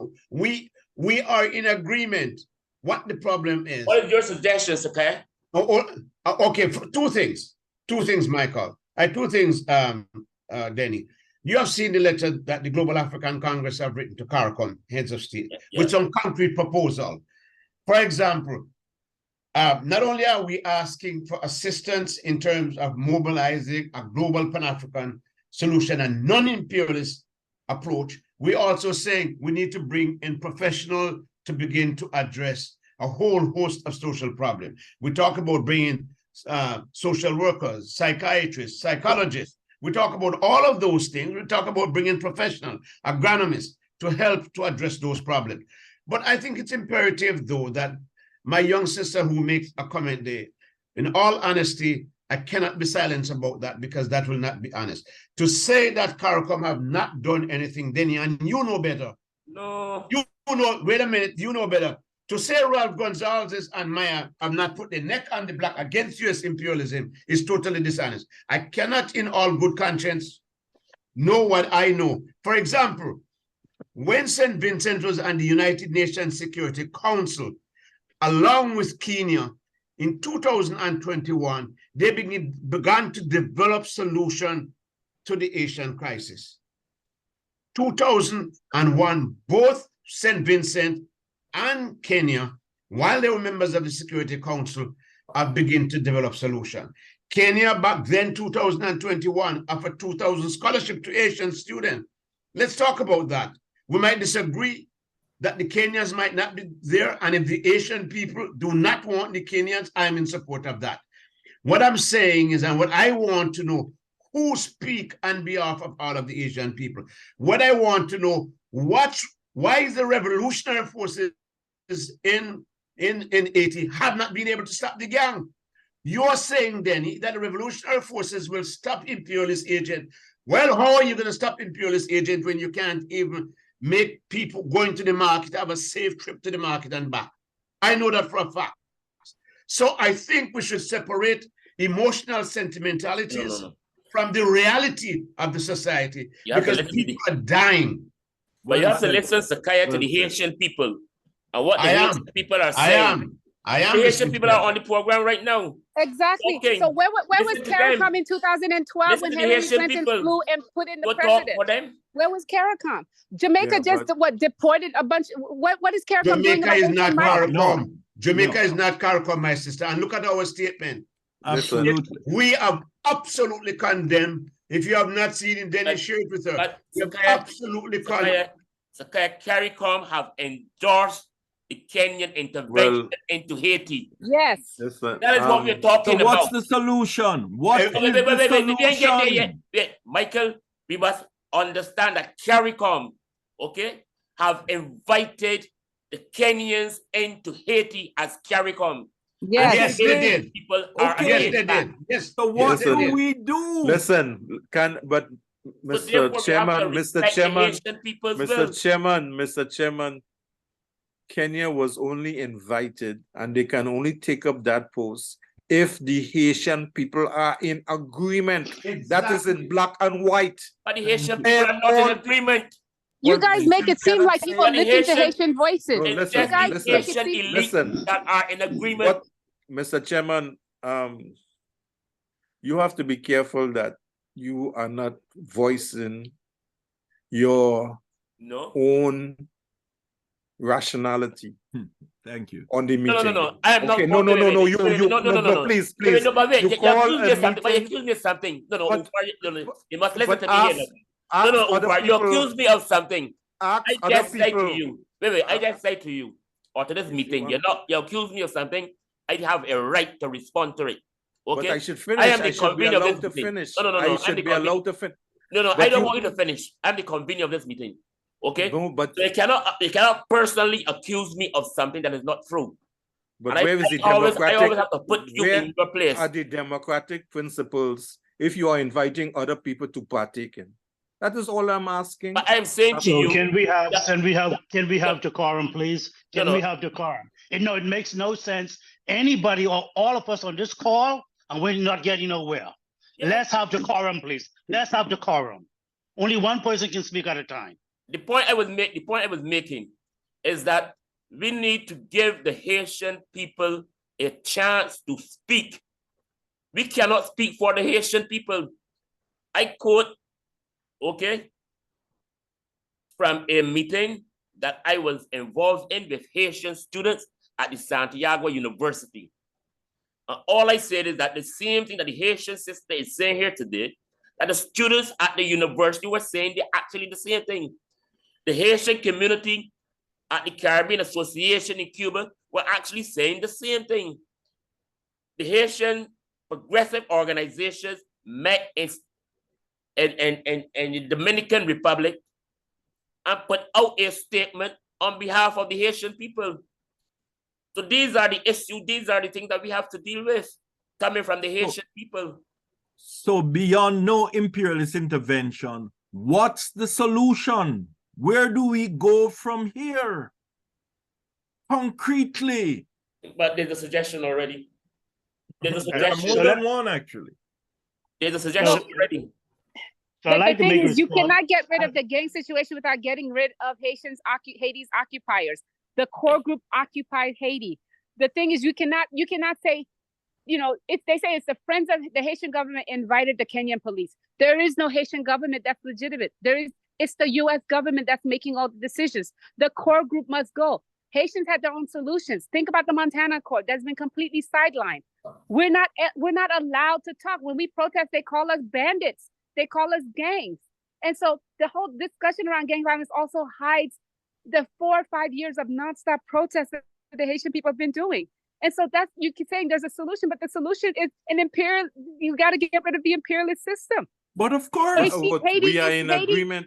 But we are in agreement with that. Sovereign. Haiti is not sovereign. We are under control. We are not saying anything different except that we are asking for concrete solutions to concrete problems confronted by the Asian Michael, people there's a suggestion every there day. already for a concrete solution. Which is? But you don't want to hear my about suggestion 8 or 9 times. solution. Which is what?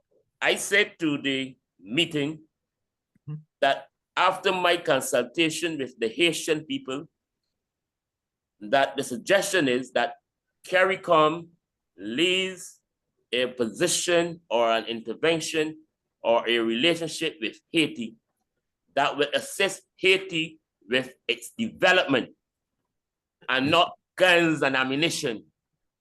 I give you the suggestion, and that the 2 best countries in the Americas that have that experience in terms of helping is Cuba and Venezuela. Okay, that is a suggestion. Oh, and then they ask CARICOM to also condemn the United States of America for supporting the gangsters in Haiti. We're saying the same thing. But then that's a suggestion. But no one is saying it's not. But we are going beyond that. But then let me hear what your suggestion. But let me hear what is your suggestion beyond that.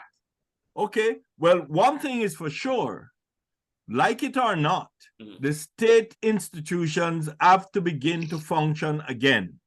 And hopefully we can engineer them in such a way that they are not violent towards the Asian people, right? So that we can have daily lives of security for Asian people.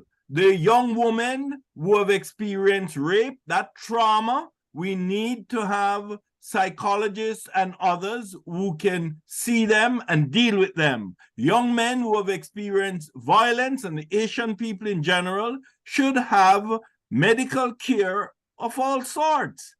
We need to get farming going so that the Asian people can produce food for themselves. They were self-sufficient in rice and many other agricultural commodities in the 80s, until Bill Clinton messed it all up with his so-called free trade policies engineered by the WTO.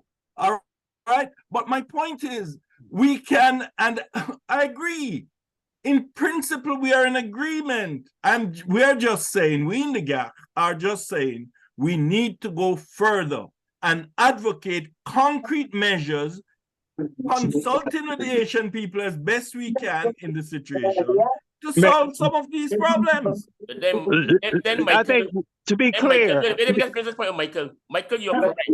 So then, what you're suggesting here is a clear position for us to put forward this kind of recommendation, CARICOM, because this is what CARICOM should be doing. And I agree with you. Asian people, we are not endorsing one police force from Kenya. No, we agree, Denny. But then make a statement. But then make a statement condemning. Then make a statement condemning CARICOM for agreeing to invite the police force from Kenya. But one final thing I will say on this: what would be the criteria for you and all of us? Because this is a discussion for all of us. What would be the criteria for a South-South mission going into Haiti that would be acceptable, that would be viable to spur short and medium term development plans for the Haitian people. Very good idea. Very good idea. Very good idea. And a very good suggestion. Very good idea. There's a brother here with the name Samsung. And then before I will give you back the floor after him. Samsung, but he'll be speaking for the first time. That's the name I see there. That is the name I see. Hello. I'm not seeing his picture, so I'm just seeing Samsung. It's folks from CARICOM talking about the invasion. They're talking about what? The invasion. He's muted, he's muted. Yeah, but now I can't. Okay. Because okay. Go ahead. All right, we don't think. Hello. One of the things that I can tell you from a person who's been in and out of Haiti since 1995, it is clear that the United States has played a very negative role inside of Haiti. When you start talking about Haiti being able to produce its own food, let's be clear. It was the United States that told Baby Doc to kill every pig in the country, which destroyed the economy of the countryside of Haiti. And that's when the population moved from the countryside into the major cities. Why was that done? Because the United States wanted cheap labor for their factories. And because the national bourgeoisie wanted cheap labor for their factories. That forced Haiti into a position of starvation. Because you can't grow food on asphalt and concrete. The first thing that needs to be clear is that the United States has been heavily involved with Haiti consistently. Why? Because they don't want another Cuba inside the Caribbean. And they have done everything they could to undermine it. You have to ask the question, why does the United States have its fourth largest embassy in the world in Haiti? Why is the embassy in Haiti bigger than the one in Canada, bigger than the one in London, bigger than the one in Paris, or bigger than the one in Berlin? Why is that? Why does the United States need so much room for its staff unless it's running the country? So let's be very clear about the role the United States is playing in Haiti. It's not a positive role at all. It's a role that undermines democracy inside of Haiti.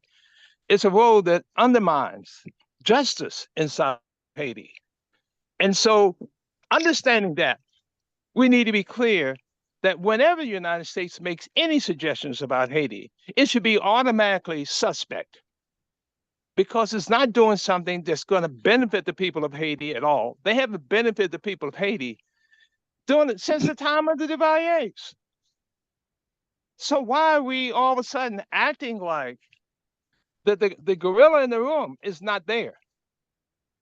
Clearly, the United States has been pushing CARICOM to side with them on intervention in Haiti while they're running the show.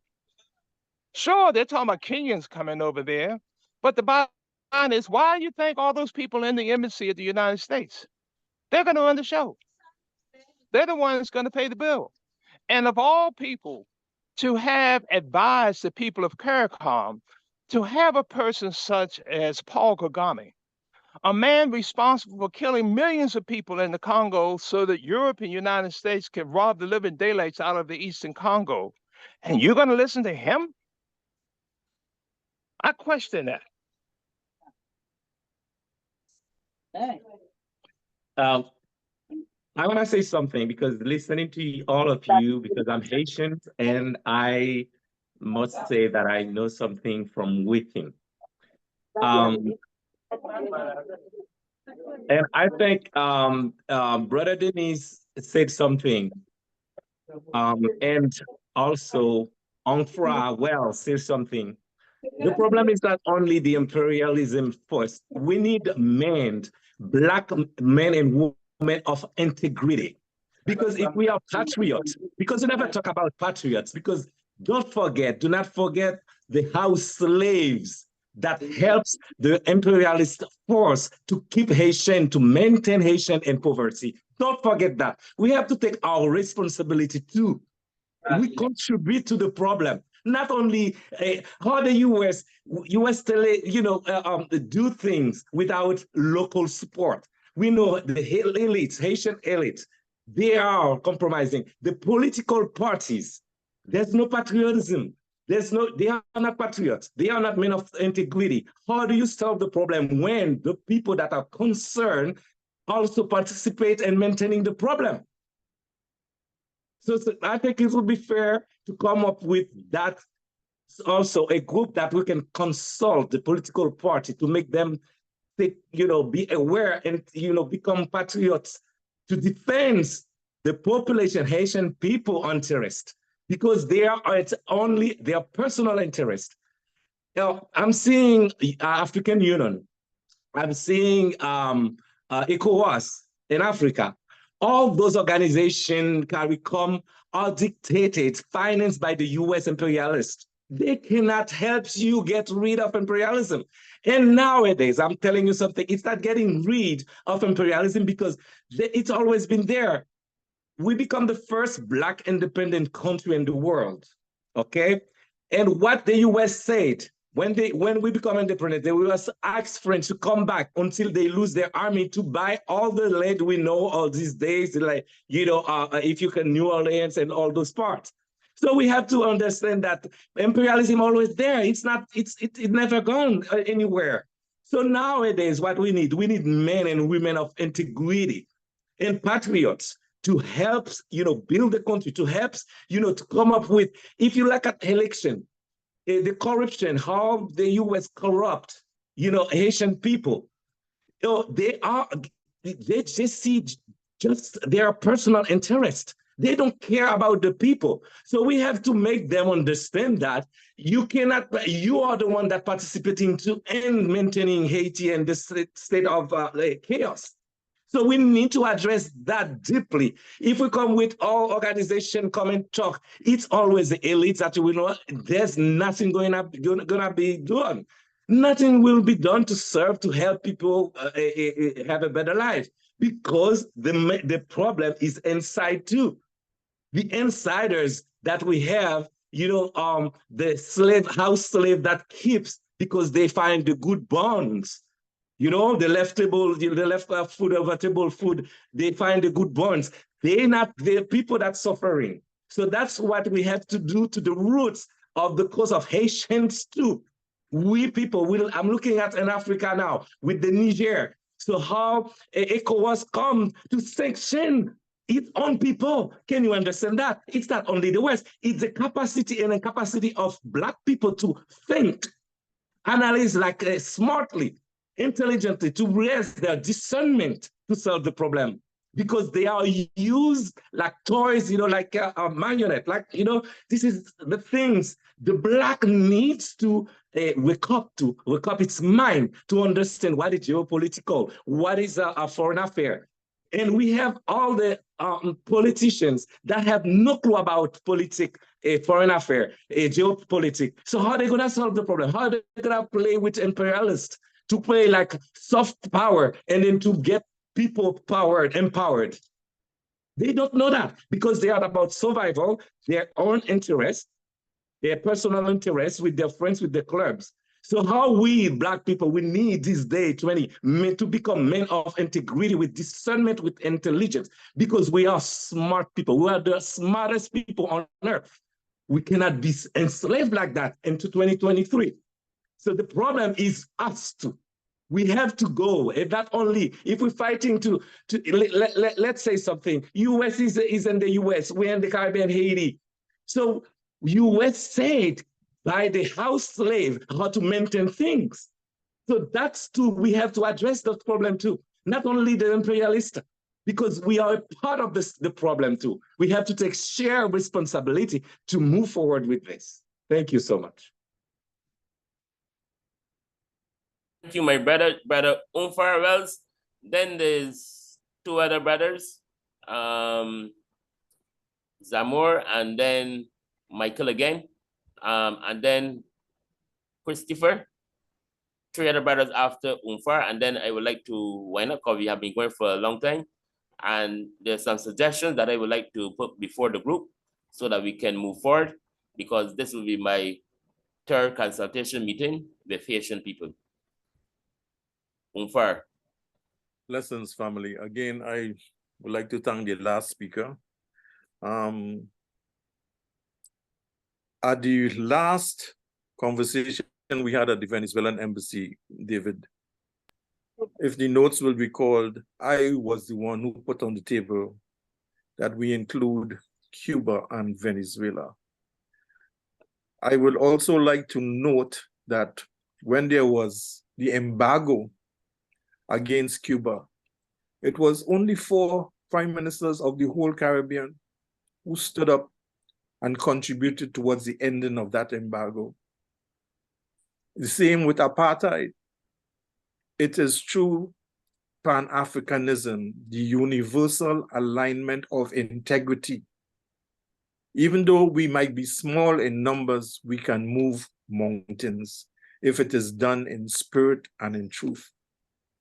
There you go. At the end of the day, we must create conditions in Haiti whereby those who are elected by the people can have security to be able to canvass to form the new government.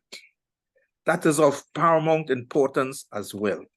So whatever we come up, whatever program of action, it has to have that pointer of the security for those people who have shown themselves to be men and women of integrity who live and who work in Haiti to be able to canvass, because we all understand what imperialism is and the assassination of our leadership. So part of the conversation with CARICOM and whoever else who is willing to contribute to the stabilization of Haiti, that will have to be part of the plan.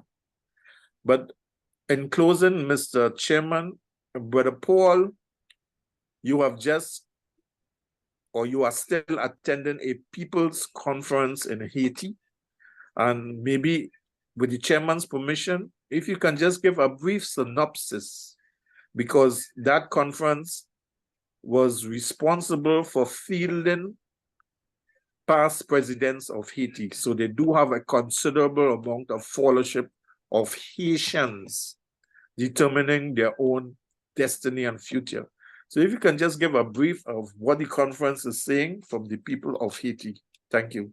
If the chairman so allows. Thank you. What I would like to say is that the people of Haiti have shown they're able to govern themselves and to set their own rules. Once Baby Doc was removed from Haiti, and the people of Haiti forced the international community to allow them to set up their own constitution, they showed that they, in fact, could set up a constitution that would move the country in a democratic way. That constitution was thrown out by the government of the United States. For example, it stated clear marks as to when an election, when a presidential takes place and when it's supposed to end.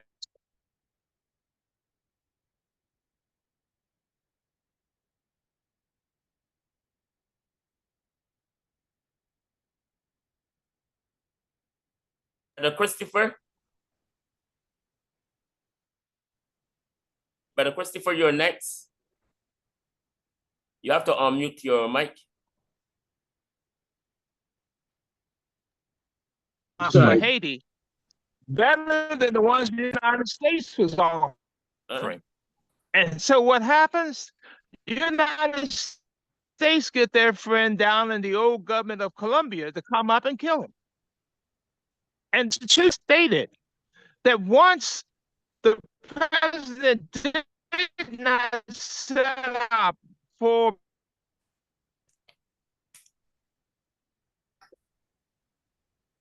Brother, we are not hearing you anymore.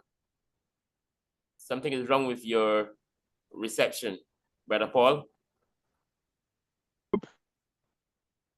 We are not hearing you, Brother Paul.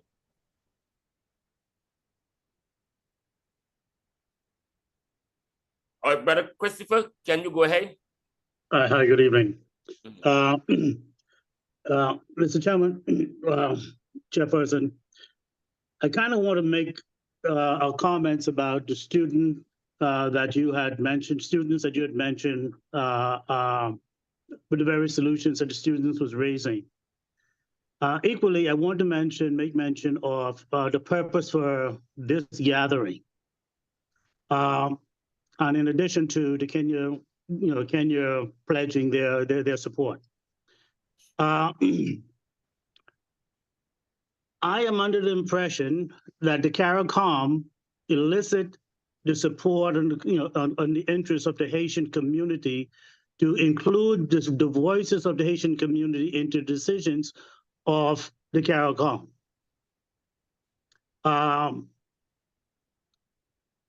So we are trying, we are trying to get the bearings or the understanding or the feelings of the community to make recommendations to CARICOM, rather than trying to set up a platform that supersedes CARICOM.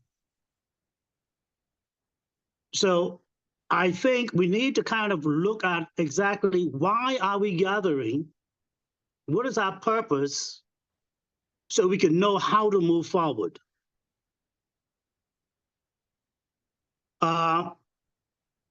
The situation with the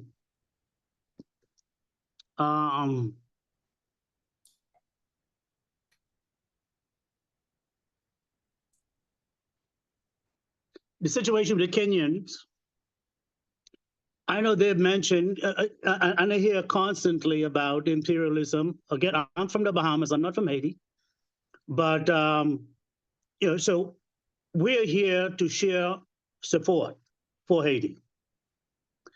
I know I personally have a coworker whose father was killed in Haiti from the gang violence 4 years ago.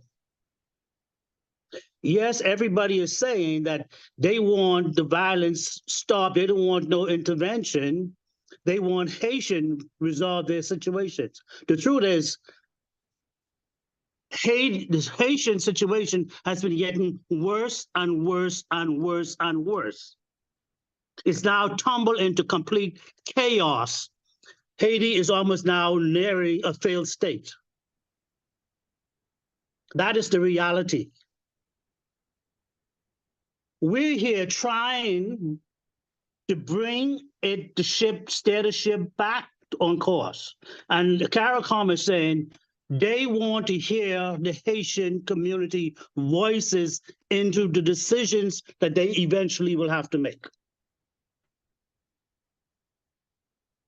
So I think we need to try to figure out where do we stand in this whole thing?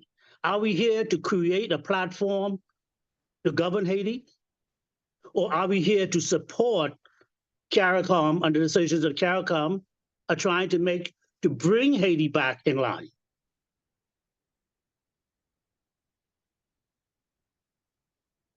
That's all I have to say. Thank you. Thanks. There was one other brother that wanted to say something. It was Zamor, or I will go straight to Michael. Yes, and I will be very quick. First of all, I support Brother Rocker in the points he made earlier. One of the objectives of CARICOM, with all of its weaknesses, and I'm the first to admit that, all of its weaknesses, political and otherwise, CARICOM has been trying to get the Haitian stakeholders, is the terminology I think they use, to give their inputs as to how best to proceed in dealing with the crisis. And I am not sure that they've gotten too far on that road. Maybe they took the wrong approach, I don't know. But that is something to be discussed and to be worked out nonetheless. And my final point is this. Sometimes we speak as if because imperialism exists, we can't do anything to empower ourselves. I will never buy into that argument. And I don't think none of us do. I hope not. When Michael Manley was the Prime Minister of Jamaica in the 70s, and Eric Williams, the Prime Minister of Trinidad and Tobago, and Forbes Burnham, with all his faults, was President of Guyana, they came up with a plan as to how to use one of our resources in the Caribbean, bauxite, so that we could integrate our economies. So long story short, Guyana and Jamaica that have bauxite will supply bauxite, and Trinidad and Guyana with hydropower and again fossil fuel, which we know the problem with that now, would supply energy to smelt the bauxite within the Caribbean and to create more jobs and to integrate our economies. Imperialism existed at that time, but we were trying to find solutions to our own problems. And guess what? Integrating our economies to create jobs and to produce more bauxite within the Caribbean, that's one of the best ways to defeat imperialism. When you have concrete solutions, you can assault imperialism best. All right? That's what we're talking about where Haiti is concerned. Imperialism exists. We know what the core group is doing in Haiti. Sister Pierre is correct. They control Haiti. They run things in Haiti. But guess what? We have the power to fight back. And fight back we must do. And how best to do it? How best to assault imperialist control in Haiti or anywhere else in the Caribbean? Through concrete measures of resistance. That's all I have to say. Thanks, my brother.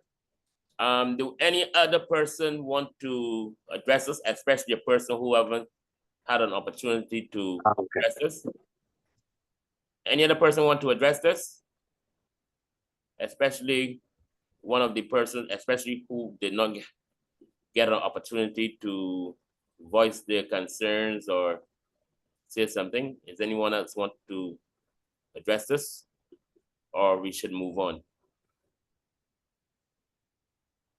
Okay. I see a hand up for that Michael and Christopher. They spoke already. Okay. Any other person? Okay. Great, Kwame here. Can you hear me? Yeah, I can hear you. Okay, greetings everyone. Thanks for this very, how can I say, ardent discussion. Obviously, it speaks to how important Haiti is to all of us, regardless of which side of the coin we fall on.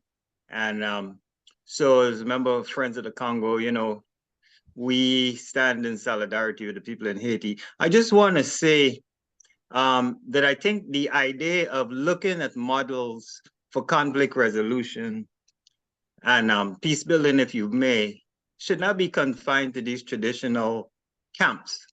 And somebody mentioned the role of Cuba, which I think is critical, because in thinking about a zone of peace, regional integration, regional progress, I think moving forward without Cuba is a critical, it's a problem. It's an ongoing imperial agenda. So I would say the role that Cuba played, and Norway, I guess, in addressing the conflict in Colombia could be looked at as a particularly impressive process and a model to think about. And also, you know, the other regional power with all its contradictions and the issues that Brazil did have in the in Haiti before, issues that need to be resolved. So I think we need to look at these models that exist within the Caribbean, within the region, outside of the traditional imperial powers for solutions. And yes, I think Cuba's reconnection with its Caribbean family is something that would benefit us all. And again, thank you for the forum. Excellent work. Thank you, my brother, Brother Kwame.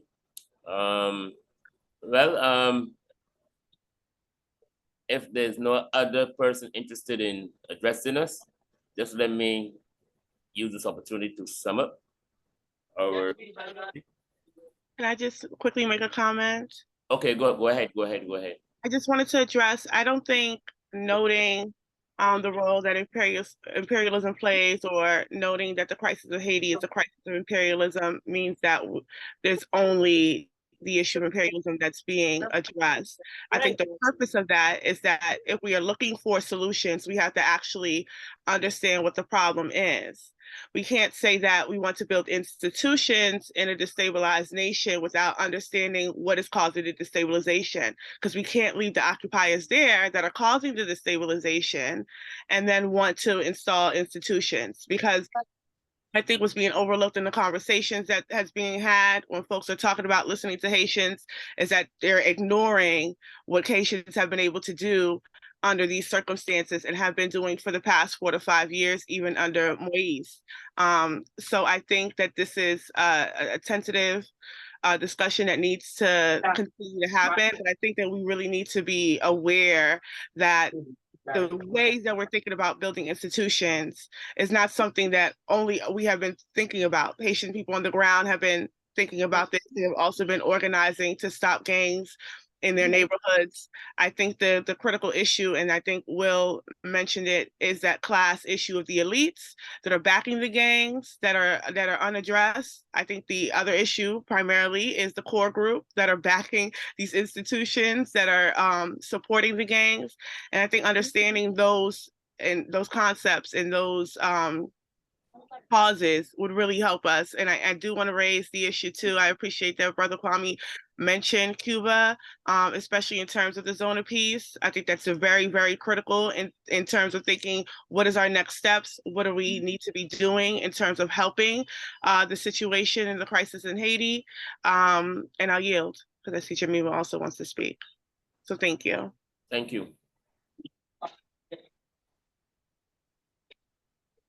Okay, thank you. If I may, I lost my signal. Okay, go ahead. Go ahead. Yeah, one of the things I think is clear is that Haiti put together a very good constitution back in the 80s. And it functioned fairly well, except for the fact that prior to in the early 80s, the United States destroyed the agriculture industry of Haiti by, in fact, wiping out the Creole pig in the country, which was the most stable economic piece for the small farmers of Haiti. At that point, 80% of the population of Haiti lived in the countryside. And the result of that forced people out of the countryside to move to the cities, trying to feed their families. But when that happened, it destroyed the ability of Haiti being able to feed themselves. Because I have yet to find a country that can grow food on asphalt and concrete. And so we need to be very clear on the policies of countries like the United States and how they help create the crisis that's in Haiti today and has been here for the last 20 some odd years, 30, actually 40 years. We have to be very clear on what role the United States is playing there. And we need to also look at, if for those who might not be clear about Haiti, look at Jamaica and look what the United States did with Jamaica. When they got rid of Michael Manley and brought in Edward Seaga, they destroyed the agricultural community of Jamaica, which put Jamaica in an economic crisis.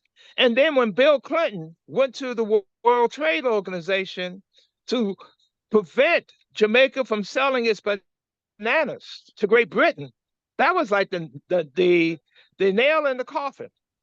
So let's be clear, the role of the United States in the Caribbean, it has not been a positive role at all.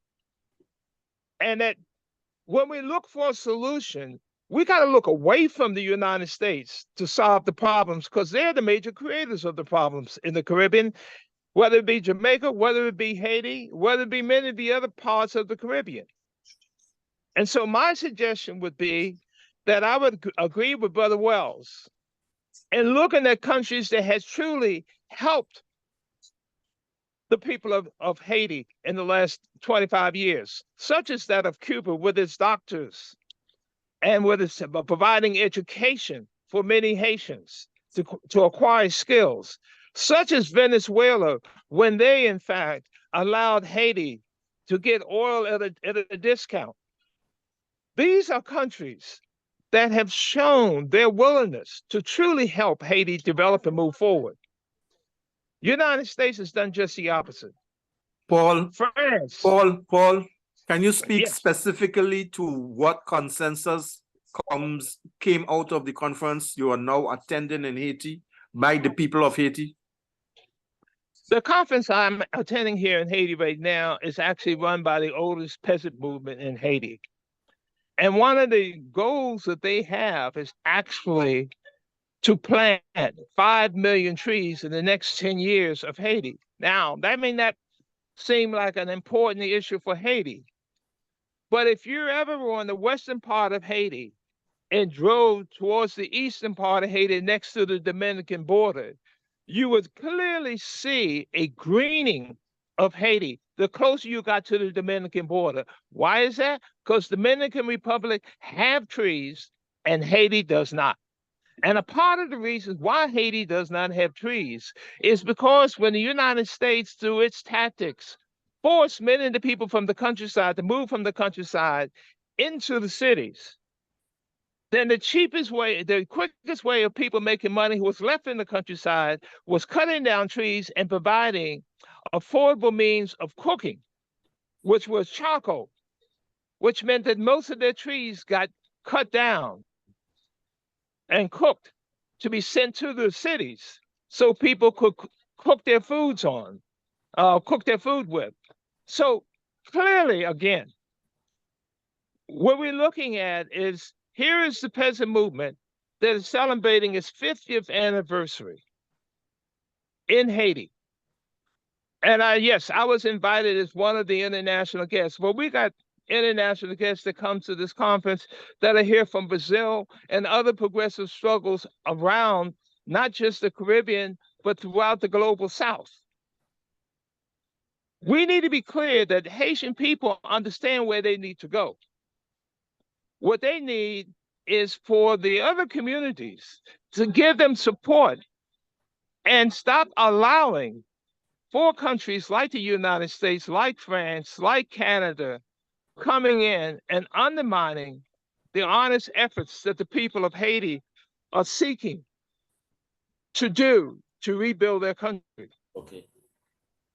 All right, my brother, I think we have to sum up this meeting because we were going for. I have one quick point, Brother Danny, okay. if I may.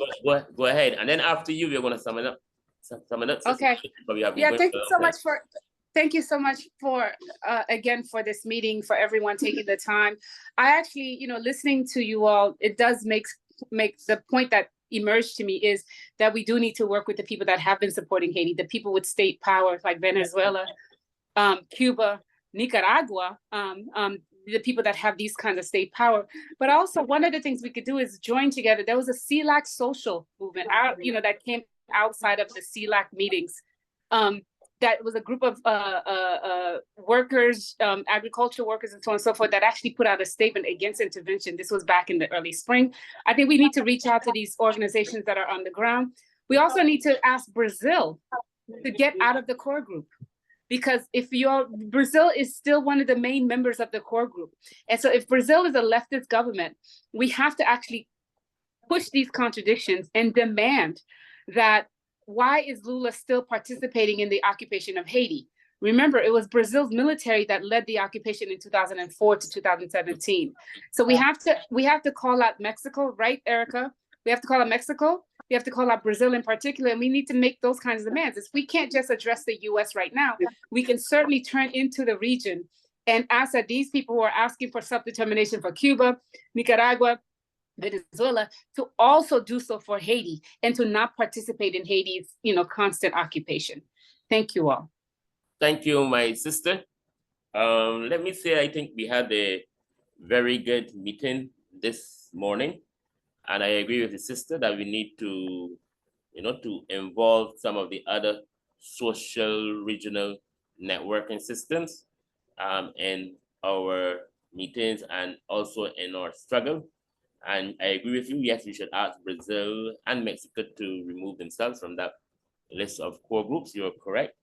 But I want to just say that I am very happy that we have some regional institutions that were able to say as it is, in relation to writing directly to CARICOM.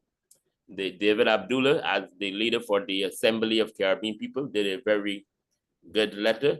The JC also, I must say, did a very good letter to CARICOM. The ALBA social movement in the Americas, they also did a very good letter to CARICOM. And a number of ideas have came out of this meeting in relation to how we should put forward recommendations to CARICOM based on development for Haiti. So I think that is a very good position that came out of this meeting. I gather coming out of this meeting that we all are totally against any form of intervention into Haiti, and we are totally against the Kenyan police force, the police force from Belize, and the military force from Jamaica. We are totally against them in terms of any form of intervention into Haiti. It is clear from the people who spoke here this morning from Haiti, who explained that the gang situation is not as bad as it's being painted, because there are other gang situations in other Caribbean countries, including Barbados, Jamaica, Trinidad, Guyana. Okay, and we are all suffering from the gang situations in our region. But for sure, we know that the gang situation is financed by imperialism and armed by imperialism in Haiti. So we can pull all of these issues together. Coming out of my discussions with our students in Cuba and the Association of Haitian People in Cuba, I must say that we can, combine all of this information together and maybe produce some kind of document coming out of these consultations. And finally, I think we need to organize and prepare ourselves for a battle against any intervention in Haiti. Right here in Barbados, I am going to try to do my part, and I'm going to organize a protest outside of the Embassy of the United States of America to condemn any Kenyan intervention into Haiti, because it is not a Pan-African intervention. And I think some Pan-Africanists that are saying that need to stop saying so, because it's not a Pan-Africanist intervention, it's a USA intervention.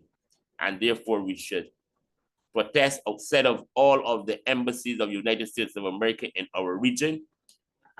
So we need to mobilize our social groupings, whether it's the Assembly of Caribbean People, whether it's the Global African Congress in the region, whether it's the Pan-African coalitions of organizations for Caribbean in the Caribbean. We need to, mobilize and organize so that we can condemn any intervention into Haiti. So I want to end by saying thank you for participating in this session. There's a lot of information here that we can use in terms of moving forward and going forward. And we need to stay together so that we can work together so as to fight the beast that is creating difficult times for our Haitian family. Thank you.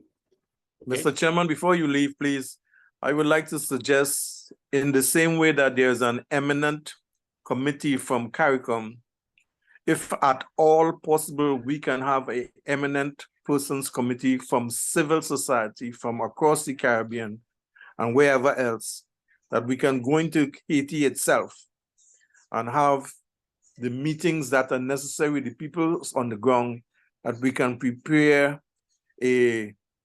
as Michael and Sikaya has done, we can prepare or contribute towards a roadmap from the civil society's point of view.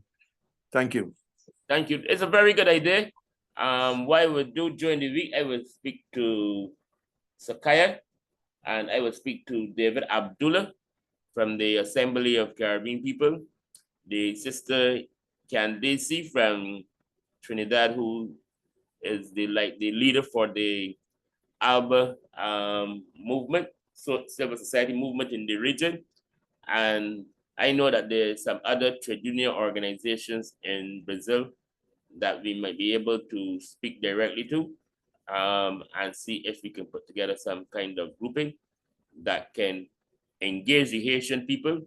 I must say that the Haitian people also have a very strong civil society and political progressive grouping that bring together several organizations in Haiti. And I think we can work with those institutions in Haiti. And the Black Alliance for Peace is also a very good grouping that we can work together with, and we can put together a group of people from the Americas. I think it should be broader than just the Caribbean, people from the Americas who can help to defend and speak directly to the Haitian people and then relate it back to our people in the Americas. So it's a very good idea, Umfar, and it's something that I definitely will work on. And others can help me work on it also. Any others brothers want to say anything fast?